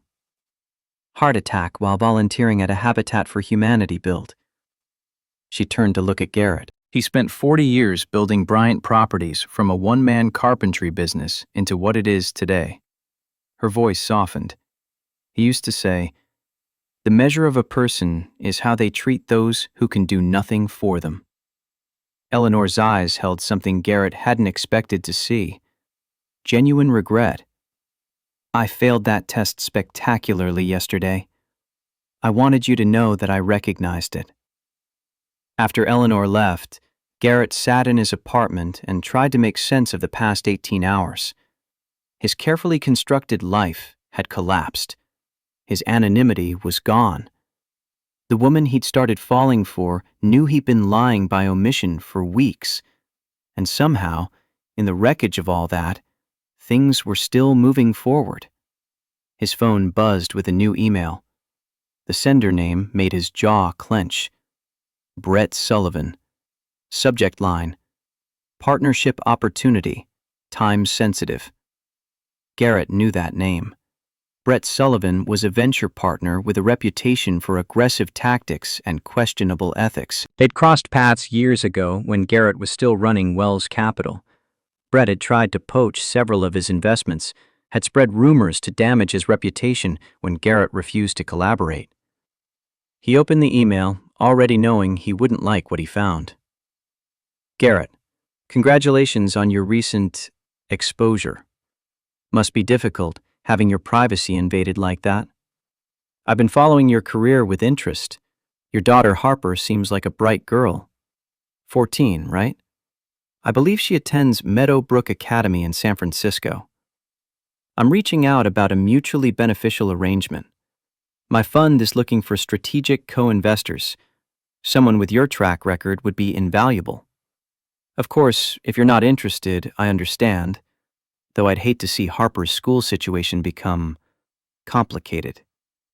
The media can be so intrusive when they get hold of certain information.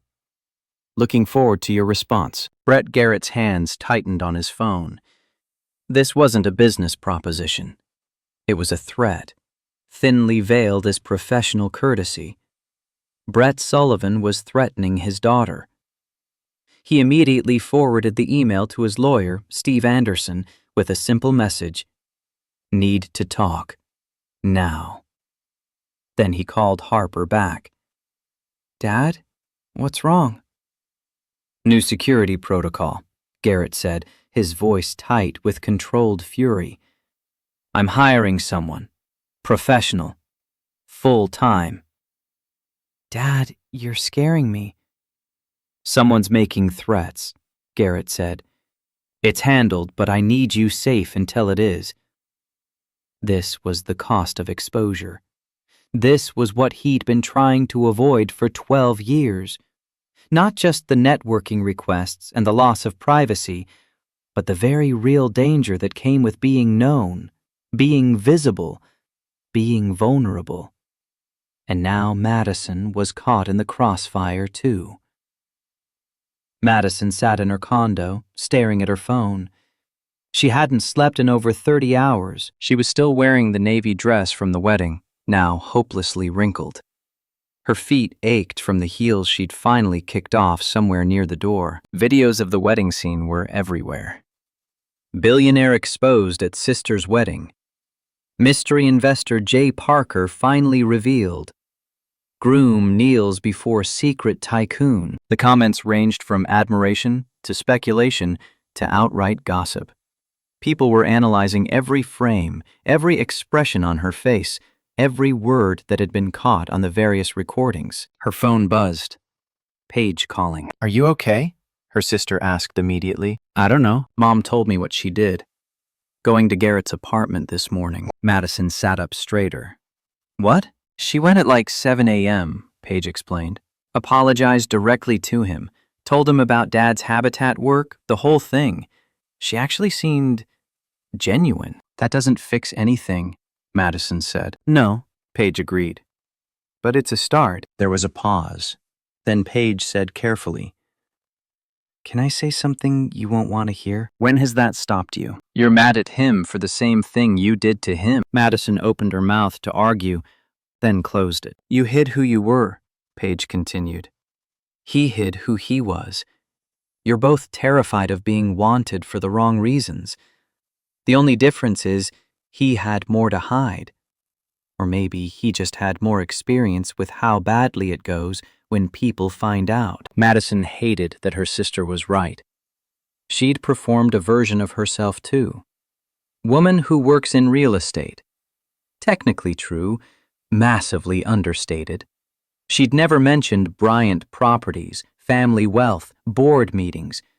Had wanted someone to want her without calculating what she could do for them. So what do I do?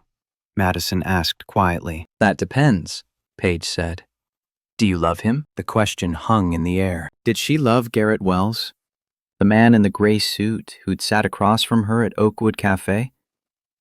Or did she love Jay Parker, the brilliant investor who'd reshaped Silicon Valley from the shadows? Or were they the same person, and she'd just been too caught up in her own fear and anger to see it? Her phone buzzed with a text from an unknown number. Not Garrett's usual contact, that was still blocked. This is Garrett. I understand if you need time, but I want you to know, Harper's in danger. Someone's threatening her because of the exposure. I'm handling it, but I thought you should know the cost of what happened. Asterisk. Madison's anger evaporated instantly, replaced by cold fear. She called the number immediately. Garrett picked up on the second ring. Madison, what happened to Harper? He explained about Brett Sullivan. The email, the veiled threats about Harper's school, the implication that Brett could make her life very difficult if Garrett didn't cooperate. What do you need? Madison asked. Garrett was quiet for a moment, clearly surprised by the question. What? What do you need? How can I help? Another pause. I don't know. I've handled things alone for so long, I'm not sure. You don't have to anymore, Madison interrupted. Not if you don't want to. She took a breath. I'm still angry. I'm still hurt. But a 14-year-old girl shouldn't pay for our mistakes. Let me help. Then we can figure out us. Garrett's voice was thick with emotion when he spoke. Okay, within an hour, they had a plan. Steve Anderson, Garrett's lawyer, had set up a meeting with Brett Sullivan for Monday morning. Under the pretense of discussing a partnership, They'd actually be documenting Brett's extortion attempt with recording devices and building a legal case. Madison insisted on being there. "This isn't your fight," Garrett said when she showed up at his apartment at 7 a.m. Monday, wearing a sharp business suit and carrying 2 coffees. "Someone's threatening a 14-year-old girl because of what happened at my sister's wedding," Madison said firmly. "That makes it my fight." They met Steve at a downtown Portland coffee shop, neutral territory, public enough to seem innocent, but quiet enough for conversation. Brett Sullivan arrived right on time. Mid-40s, expensive suit, the kind of smile that didn't reach his eyes. He saw Garrett, then Madison, and something flickered across his face. "Miss Bryant, didn't expect to see you here." Madison's voice could have frozen water. "Mr. Sullivan." They sat at a corner table. Steve had already positioned recording equipment, legal in Oregon as long as one party consented, which Garrett did. Brett launched into his pitch, smooth and practiced. "Garrett, I've admired your work for years. Jay Parker's track record speaks for itself. Now that you're public, the opportunities are endless. My fund focuses on aggressive growth strategies," Brett continued. "High risk, high reward. We could dominate the biotech sector, the AI space, sustainable energy. With your capital and my network—" "And if I'm not interested?" Garrett asked calmly. Brett's smile sharpened. "Then I'd be concerned about privacy. There's a lot of interest in your family situation. Your daughter's school, for instance. Meadowbrook Academy, right? Beautiful campus. Would be a shame if that information became public. The media can be so intrusive." Madison pulled out her phone. "Are you threatening a child, Mr. Sullivan?" "I'm discussing business realities, Miss Bryant." "Business realities like this?" Madison turned her phone around, showing security camera footage. It showed Brett Sullivan following a teenage girl, clearly Harper, from Meadowbrook Academy's campus the previous week. The timestamp was clear. The stalking was undeniable. Brett's face drained of color. Steve Anderson appeared from a back table where he'd been working on his laptop, approaching with a document folder. "Mr. Sullivan, we have video evidence, email records, and witness statements documenting your harassment and extortion attempts." He placed a cease and desist agreement on the table. "You have 2 choices. Sign this immediately, agreeing never to contact the Wells family or discuss their private information publicly, or we file criminal charges for stalking a minor, extortion, and racketeering." Brett looked between Garrett, Madison, and Steve. His hand shook slightly as he reached for the pen. "This isn't over," he muttered as he signed. "Yes, it is," Garrett said calmly. "You go near my daughter, contact my family, or spread information about my investments," Madison finished, "and Bryant Properties will bury you in litigation. We have more lawyers than you have money." Brett left, the document signed, his threat neutralized. Outside the coffee shop, Garrett turned to Madison. "You didn't have to do that." "I know. I wanted to." Madison managed a small smile. "Also, your lawyer is very good." "I've been waiting to take down Brett Sullivan for years," Steve said with satisfaction. "Thank you for the opportunity." He excused himself, leaving them alone on the sidewalk. The Portland morning was crisp, clouds threatening rain. People rushed past on their way to work, oblivious to the drama that had just played out in the coffee shop. "Thank you," Garrett said quietly. "For Harper. For showing up." Madison met his eyes. "I meant what I said. I'm still angry, still hurt. But I also understand why you hid. Because I did the same thing." She stepped closer. "And I'm tired of being alone." Garrett's voice was barely audible. "I'm terrified of this. Of letting you in. Of you seeing everything and deciding I'm not worth it." "What if I'm terrified of the same thing?" Madison asked. "What if we're both disasters? But we're disasters together." The moment stretched between them. Possibility and fear balanced on a knife's edge. "No more secrets," Garrett said. "Not about money, not about the past, not about anything important." "No more performing," Madison agreed. "Not with each other. We try this with the truth. All of it." All of it, Garrett confirmed. He kissed her. First time since the wedding explosion. Real, vulnerable, terrifying. Choosing to be seen. Eleanor's invitation came midweek via text to Madison. I'd like to have dinner. All of us. Garrett, Harper if she's willing. Saturday evening at my house. No agenda, no expectations.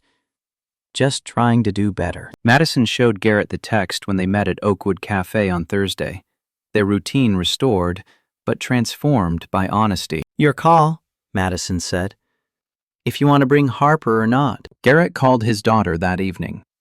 Your presence is requested at a family dinner. Madison's mother wants to apologize properly. All of us together. Harper's response was immediate. Are you kidding?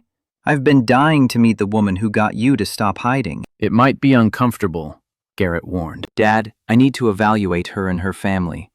Make sure they're good enough for you. Garrett smiled. Shouldn't that be my line? You're terrible at vetting people, Harper said matter-of-factly. You either trust completely or not at all. No middle ground with you. The observation was uncomfortably accurate. Garrett had spent 12 years trusting almost no one, building walls so high that even people who deserved access couldn't climb them. We can try, he told Harper. Saturday evening arrived with the weight of a test they might fail. Garrett and Harper drove up together from Portland.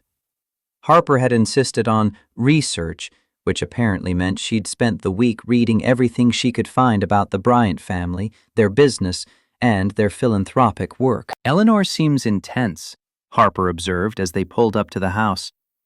But she genuinely loved her husband. There are like 20 interviews where she talks about Thomas's building philosophy. You really did your homework, Garrett said. Dad, these people judged you for wearing a normal suit. I'm coming prepared. Madison answered the door herself. She looked at Harper with genuine warmth. You must be Harper. I've heard so much about you. Ms. Bryant, Harper said politely, then smiled. Though I'm guessing you prefer Madison? I do. Madison stepped aside to let them in. And I'm glad you're here. Eleanor waited in the living room with Paige. The dining room table was visible through an archway, takeout containers from a Thai restaurant, deliberately casual. Garrett, Harper, thank you for coming, Eleanor said. Her voice carried none of the desperation from the wedding, or even the careful formality of her apartment visit. She sounded almost normal. Tyler was notably absent. He thought his presence might be awkward, Paige explained quickly. Given, everything. They served themselves buffet style. The casualness was clearly intentional, designed to put everyone at ease, though the effort itself carried its own tension. Harper handled it with remarkable poise. Mrs. Bryant, thank you for inviting me. I know this is complicated. Please, call me Eleanor. The older woman's smile seemed genuine. And yes, it's complicated, but important. As they ate, conversation started carefully. Paige talked about the honeymoon they'd finally rescheduled. Madison mentioned a Bryant Properties development. Safe topics. Then Harper, with the directness only teenagers could manage, cut through the pretense. So you didn't approve of my dad at first? Eleanor had the grace to look embarrassed. I had concerns based on appearances. But you approved of Tyler more, Harper continued. Even though Tyler owed Dad everything. The observation landed like a stone in still water. Eleanor set down her fork. You're right. That was wrong of me. I judged your father based on appearances without knowing anything real about him. She met Garrett's eyes. I'm trying to be better than that. Trying is good, Harper said. But it's also really easy to slip back into old patterns when you're stressed or scared. Madison reached under the table, found Garrett's hand. Harper's right. We all have to keep choosing to be better. Every day. One decision at a time. The conversation shifted after that, tension easing gradually. Paige discovered she and Harper shared a love of Greek mythology. They launched into an animated discussion about whether Percy Jackson or Madeline Miller's Circe had the better portrayal of the gods. Madison and Eleanor got drawn into a technical discussion about adaptive reuse projects, taking old buildings and converting them for modern use, while preserving historic character. Garrett found himself talking to Eleanor about Thomas. "He would have seen you immediately," Eleanor said quietly. "Would have recognized the quality underneath the presentation. I failed to do that because I've spent 5 years trying to protect what he built instead of honoring how he built it." "He sounds like someone worth knowing," Garrett said. "He would have liked you. The real you. Both versions." Eleanor's eyes were bright with unshed tears. "He believed people mattered more than their credentials. I forgot that. I won't forget it again." After dinner, they moved to the living room. Harper gravitated toward photos of Thomas, asking questions about the man she'd never met. Eleanor answered thoughtfully, sharing stories that made Thomas real instead of mythological. About the time he'd personally helped frame a house for a habitat family during a rainstorm. About his insistence on hiring people based on character. About his belief that buildings should serve people, not the other way around. Harper listened intently, then turned to Eleanor with the same directness she'd shown all evening. "Dad says you invited us to family dinners going forward. Like a regular thing?" "If you're both willing, yes," Eleanor said. "I'd like us to be family. Real family, not just people connected by who's dating whom." Harper looked at Garrett, silently asking permission. He nodded. "We can try," Harper said. 2 weeks after the wedding, Tuesday morning arrived with the comfort of routine restored. Garrett and Madison met at Oakwood Cafe. Same corner booth, same black coffee, same comfortable silence that had drawn them together in the first place. But everything was different now. They arrived together, left together. The bubble of anonymity was gone, replaced by something more solid. Honesty. The barista approached with the coffee pot, grinning. "You two still doing the Tuesday-Thursday thing, even though you're actually dating now?" Madison smiled. "Especially because we're dating. This is where it started." "Smart," the barista said, refilling their cups. "Keep the thing that worked." She paused, smirking. "Also, for what it's worth, I called it back in week 2. Told my coworker you'd be together within a month." After she left, Garrett reached across the table. Madison placed her hand in his, the gesture now familiar but still significant. "I've been thinking about something," Garrett said. "That sounds ominous. I want you to meet Jessica, Harper's mom." Madison's eyebrows rose.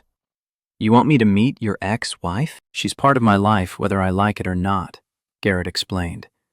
"And if we're doing this for real, you should understand that dynamic. How we co-parent, how we navigate the fact that Harper lives in both our worlds." "I'd like that," Madison said, though her voice carried nervousness. "Even though it sounds terrifying." "It will be," Garrett agreed. "Jessica can be intense, but she's Harper's mother, and that matters." "Harper suggested next weekend," he continued. "The rip-off-the-Band-Aid approach." Madison laughed. "Your daughter is wiser than both of us." The cafe door opened. A businessman in an expensive suit walked in, looked around, spotted Garrett. He approached with the confidence of someone used to getting what he wanted. "Jay Parker, sorry to interrupt, but I've been trying to reach you for weeks. I have a startup that would be perfect for your portfolio." Garrett held up a hand. "I don't take meetings at cafes or anywhere else without prior arrangement through my lawyer." The man blinked, clearly not used to rejection. "But this is a limited opportunity. If you could just hear the pitch." Madison's voice cut through, calm but firm. "He said no. Please leave us alone." The man looked between them, finally registering that he'd intruded on something private. He left, muttering about missed opportunities. After he was gone, Garrett let out a breath. "That's going to keep happening. People recognizing me, wanting access, pushing boundaries." Madison's grip on his hand tightened. "Then we'll handle it together. You're not alone in this anymore. You get to choose that now." Garrett looked at her, really looked at her, and saw everything he'd been afraid of wanting for 12 years. Someone who saw him completely and stayed anyway. Someone willing to fight through the complications and fear and inevitable difficulties. Someone worth the risk of being seen. "I love you," he said. The words came out before he'd planned them, raw and honest and terrifying. Madison's eyes widened, then softened. I love you too. Even though we're both disasters, she continued. Even though this is complicated. Even though we're probably going to mess this up 100 times before we get it right. Especially because of all that, Garrett said. They sat in Oakwood Cafe, hands linked across the table. Two people who'd spent years hiding, finally choosing to be found. The morning light filtered through the windows, turning dust motes into floating stars. Coffee steamed between them. The barista hummed while making drinks. The college student typed furiously near the window. The crossword enthusiast muttered over his puzzle. Everything was ordinary and extraordinary at once. The following Saturday, Garrett picked Madison up early. They were driving to San Francisco together, 3 hours in the car, which Madison had joked was either the best idea or the worst for a relationship still finding its footing. Harper suggested neutral territory, Garrett explained as they merged onto I-5 South. So we're meeting at a restaurant in the marina. Public, casual, lots of exits if it goes badly. You're really selling this, Madison said. Jessica isn't easy, Garrett said carefully. She means well, loves Harper fiercely, but she has very strong opinions about how things should be done. Did she remarry for love or for money? The question was blunt, but Garrett appreciated the directness. Both, I think. Richard is wealthy, wealthier than I ever was, but he's also kind to Harper. That matters more than I want it to. They drove in comfortable silence for a while, the landscape shifting from Portland's evergreens to the drier hills of Northern California. Can I ask you something? Madison said eventually. Anything. If Tyler hadn't recognized you at the wedding, would you have ever told me the truth? Garrett considered this carefully. I'd like to think yes. That eventually, if things kept going the way they were going, I would have found the courage. He glanced at her. But honestly, I don't know. I'd gotten very good at hiding. What changed? Harper, Garrett said simply. She kept asking the question I didn't want to answer. What happens when she finds out? She knew secrets had consequences. I just didn't want to face them. Madison was quiet for a moment. I'm glad it happened. Not the way it happened, that was awful. But the fact that now I know who you really are. Both versions. Jester. They arrived at the restaurant right on time. Jessica was already there, sitting at an outdoor table with Harper. Jessica looked exactly like Garrett had described. Polished, elegant, the kind of woman who turned heads without trying. Her hair was perfectly styled, her outfit expensive but understated. She stood when they approached, and Garrett made introductions. Jessica, this is Madison Bryant. Madison, my ex-wife, Jessica Wells. Just Jessica Carter now. Jessica corrected with a slight smile, using her current married name. She extended a hand to Madison. It's nice to meet you. Harper hasn't stopped talking about you for 2 weeks. Harper rolled her eyes but smiled. I said nice things. They sat, ordered drinks. The awkwardness settled over them like fog. Jessica broke the silence first. I owe you an apology, Garrett. I sent you that email after the wedding without really thinking about what you were going through. It wasn't my place to lecture you about honesty. Garrett was genuinely surprised. Jessica rarely apologized. I've spent a lot of time thinking about our marriage, Jessica continued, about why it fell apart. I blamed you for leaving, for walking away from Wells Capital, for choosing anonymity over success. She paused. But the truth is, I pushed you there. I made our relationship about what we had instead of who we were. Harper was watching her mother with wide eyes, clearly hearing some of this for the first time. I don't know if Madison is the one or whatever, Jessica said, looking at both of them. But I can see that you're different with her, Garrett. Lighter. More like the person you were when we first met, before everything got complicated. She turned to Madison. He's going to drive you crazy sometimes. He overthinks everything. He'll want to solve problems instead of just listening. But he's also the most principled person I've ever known. And he'll show up for you. Always. Even when it's hard. Madison smiled. I'm starting to figure that out. Jester. Lunch proceeded more smoothly after that. Jessica asked Madison about Bryant Properties, clearly having done her research. They discovered a mutual interest in adaptive reuse projects. Jessica's current husband, Richard, invested in historic preservation. Harper dominated the conversation at times, telling embarrassing stories about Garrett that made Madison laugh and made him groan. As they were finishing dessert, Jessica said quietly to Garrett, "You did good. With her. With finally letting someone in." "It's terrifying," Garrett admitted. "The best things usually are." On the drive back to Portland, Madison was quiet for the first hour. Finally, she said, "Your ex-wife is impressive." "She has her moments. She really does love Harper." "Yeah," Garrett agreed. "We failed at a lot of things, Jessica and I. But we both got that part right." Madison reached over, took his hand. "You know what I realized today?" "What?" "We're building something. Not just you and me, but all of us. Harper, my family, your family, even Jessica. It's messy and complicated, and there are a lot of moving parts." She squeezed his hand. "But it's real. No performance, no pretending. Just people trying to figure it out together." Garrett brought her hand to his lips, kissed her knuckles. "I love you." "I know," Madison said, smiling. "You told me at Oakwood, in front of the barista and the crossword guy and everyone." "I want good," Madison said, "because you're stuck with me now." The next 6 months unfolded with the rhythm of lives intertwining. Harper spent alternating weeks between San Francisco and Portland, but now Portland meant Garrett's apartment and, increasingly, Madison's condo. The teenager had declared Madison's guest room way better than Dad's second bedroom because it had faster Wi-Fi. Eleanor hosted family dinners once a month. They were still sometimes awkward, but less so each time.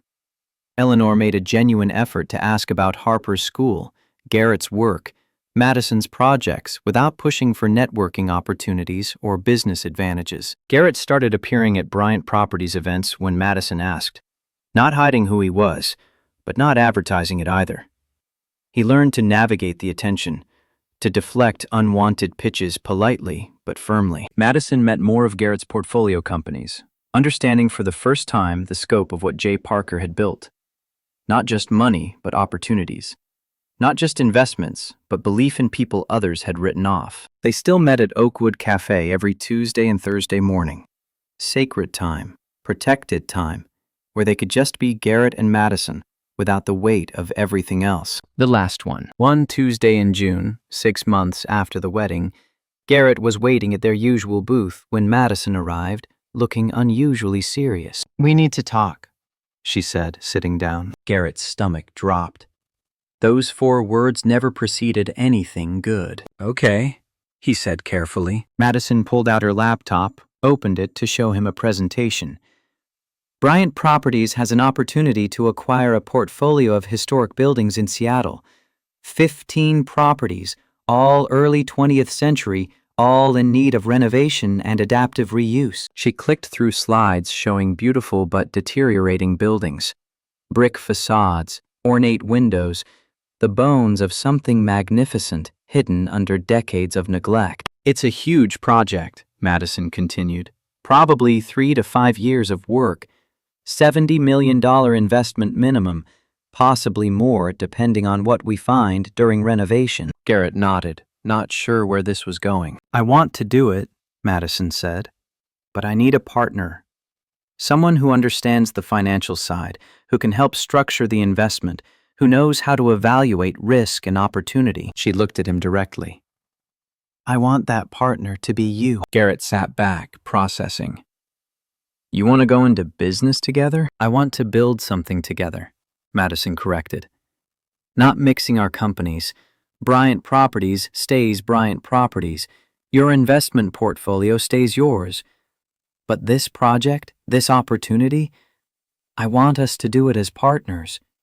Equal stake, equal say, equal risk." She paused. "My family thinks I'm crazy." Eleanor pointed out all the statistics about couples who go into business together. Paige asked if I was sure I wanted to risk our relationship over a real estate deal. And what did you say? I said that you and I built our relationship on honesty and partnership from the beginning, Madison said. That we've already navigated family drama, public exposure, and extortion threats together. That if we can handle all that, we can probably handle some historic buildings. Garrett looked at the presentation, at the buildings with their potential hidden under grime and disrepair. He thought about Thomas Bryant, who'd built an empire from carpentry, about his own journey from Wells Capital to anonymity to this moment. There's one condition, he said. Madison's expression shifted to concern. What? We hire from the local community, Garrett said. Not just contractors, but the renovation crews. We train people who need opportunities. We make this project about more than just profit. Madison's smile was brilliant. Thomas would have loved you. Is that a yes? That's a yes, Garrett confirmed. Partners. They shook hands across the table, formal and ridiculous and perfect. The barista walked by, saw them shaking hands over their coffee. You two closing business deals now? What happened to the mysterious strangers thing you had going? We evolved, Madison said. Character growth, Garrett added. Very dramatic. The barista laughed. Well, congratulations on whatever that was. More coffee? Always, they said in unison. 14 months after the wedding that changed everything. Garrett stood outside Oakwood Cafe at 6 in the morning on a Tuesday, waiting for the owner to let him in early. He'd made special arrangements. The barista, whose name he'd finally learned was Kelly, had agreed to open the cafe an hour before usual.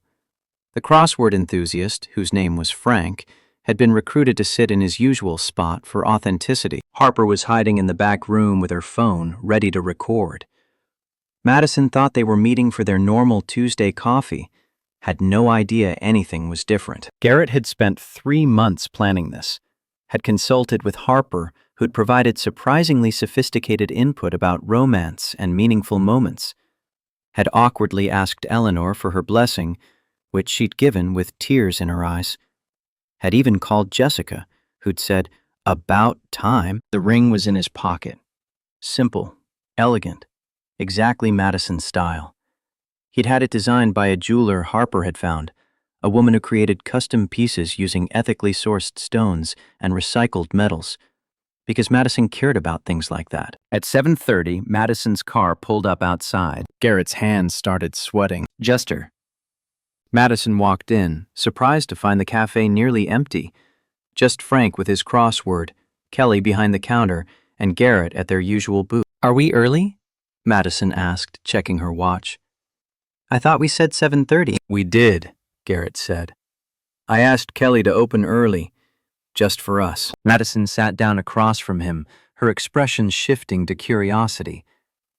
What's going on? Kelly appeared with 2 black coffees, already prepared exactly how they liked them. She set them down with a knowing smile and retreated. Garrett took a breath. 14 months ago, he began, I walked into a wedding where I didn't belong, wearing a suit that wasn't expensive enough, carrying secrets I thought would protect me. Madison's eyes widened slightly, beginning to understand. I thought if people knew who I really was, they'd only see what I could do for them, Garrett continued.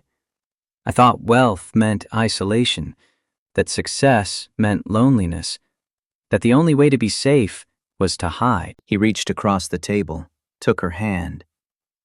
And then Tyler Chambers knelt in front of me and destroyed 12 years of careful anonymity. And I was terrified. Not because people would know about the money, but because you would know I'd lied to you. That I'd hidden who I was because I didn't trust you with the truth. Garrett, Madison started, but he gently squeezed her hand. Let me finish, he said softly. You could have walked away. You had every right to. I'd lied by omission, had made decisions about what you could handle without giving you a choice. But you didn't walk away. You showed up. You helped protect Harper. You chose to see past the hurt to the fear underneath. He stood up, moved around to her side of the booth. Madison's breath caught. Garrett knelt, not in the dramatic public way Tyler had, but quietly, privately, in the space where they'd first found each other. Madison Bryant, you taught me that being seen isn't the same as being exposed, that trust isn't weakness, that partnership means sharing both the truth and the risk. He pulled out the ring. Will you marry me? Madison's hands flew to her mouth. Tears streamed down her face. Yes, she whispered. Then louder, yes, yes, of course yes. Garrett slipped the ring on her finger with hands that trembled slightly. She pulled him up, kissed him, laughed and cried at the same time. Kelly started clapping from behind the counter. Frank looked up from his crossword and smiled. Harper burst out of the back room, phone recording, cheering loud enough to wake the whole neighborhood. You knew? Madison asked Harper through her tears. Dad asked my permission like 3 months ago, Harper said, still recording. I said yes, obviously. Someone needs to make him less boring. Hey, Garrett protested, but he was smiling. Madison pulled Harper into a hug. Then all three of them were hugging, laughing, a family that had formed through honesty and choice rather than blood. 6 months later, on a Saturday afternoon in early spring, Garrett Wells stood at an altar. Not at Bryant Estate, with its marble fountains and 250 judgment-filled guests, but in a small garden in Portland, surrounded by maybe 60 people who actually mattered to them. Harper stood beside him as his best person, wearing a suit she'd picked out herself. Steve Anderson was there, along with a handful of portfolio company founders Garrett had supported over the years. Kelly from Oakwood Cafe, Frank with his crossword puzzles. On Madison's side, Eleanor, who'd helped plan every detail. Paige, who'd flown in from her honeymoon in Bali to be Madison's maid of honor. A few close friends from Bryant Properties, Thomas's former construction foreman who'd worked with him for 30 years, and Jessica, who sat in the third row with her current husband Richard, smiling genuinely. The ceremony was simple. No elaborate production, no performance for social media. Just vows they'd written themselves, promises made in front of people who knew them. When the officiant said, "You may kiss your bride," Garrett didn't hesitate, and this jester. At the reception, held at a restored historic building from their Seattle project, still under renovation but functional enough for a party, Garrett found himself standing with Madison on the terrace, watching their guests mingle. Tyler Chambers approached nervously, Paige beside him. It was the first time they'd spoken since the disastrous wedding 14 months ago. I owe you an apology, Tyler said. A real one, not the panicked one from that day. Garrett nodded, letting him continue. I was trying to honor you, Tyler said, to make sure people saw what you'd done for me. But I didn't think about what I was taking from you in the process. I violated your privacy, your choice to remain anonymous, because I was thinking about my gratitude instead of your consent. He paused. I'm sorry.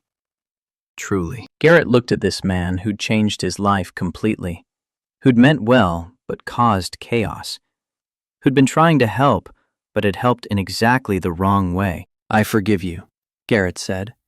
And actually, I need to thank you. Tyler's eyebrows rose in surprise. If you hadn't recognized me, I never would have had the courage to tell Madison the truth, Garrett explained.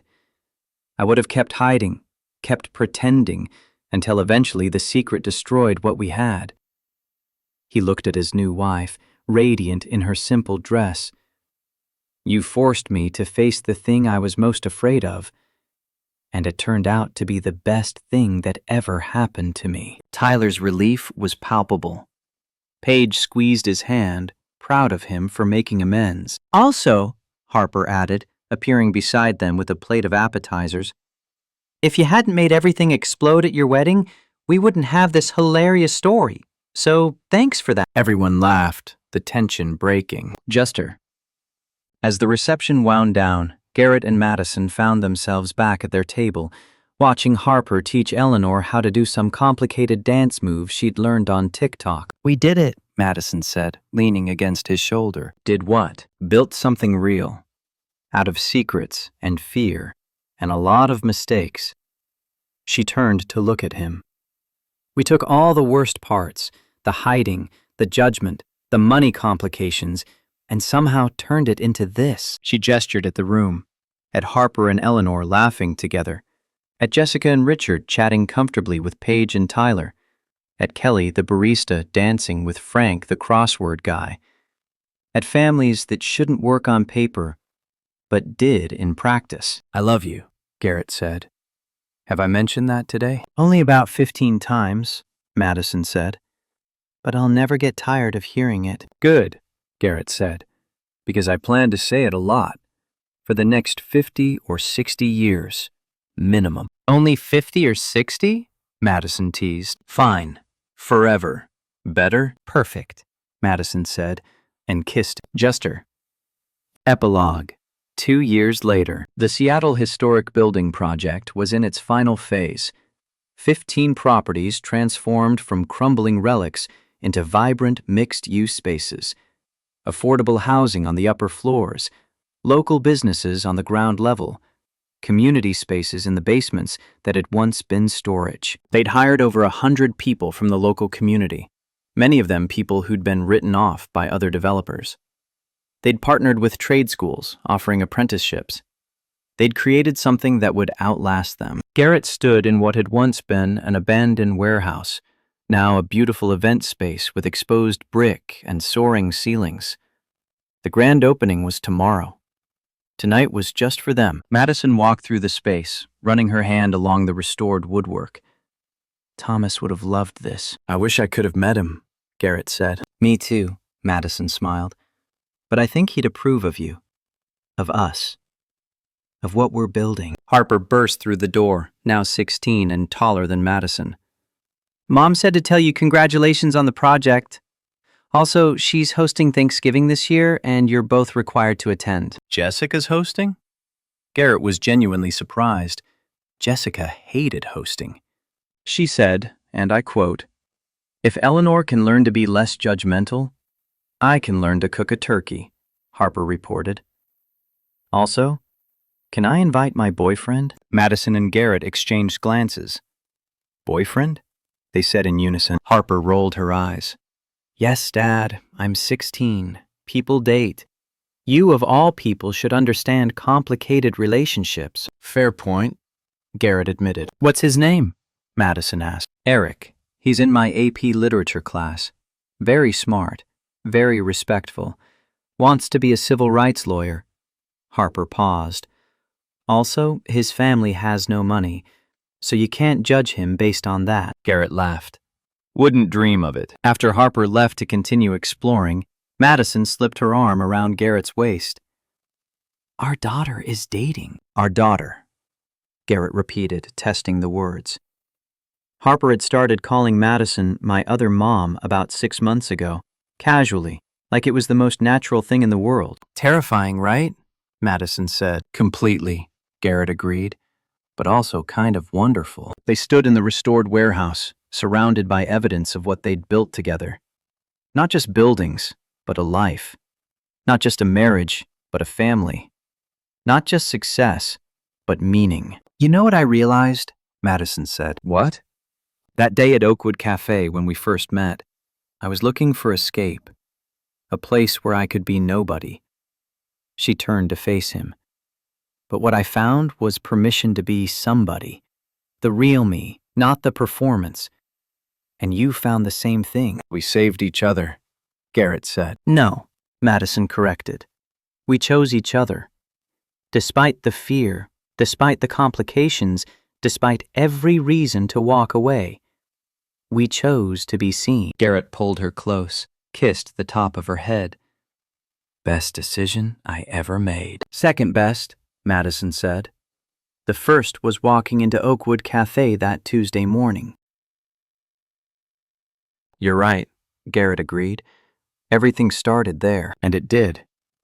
With black coffee and comfortable silence, and 2 people brave enough to believe that maybe, just maybe, they could build something real in a world full of pretense. They'd been right.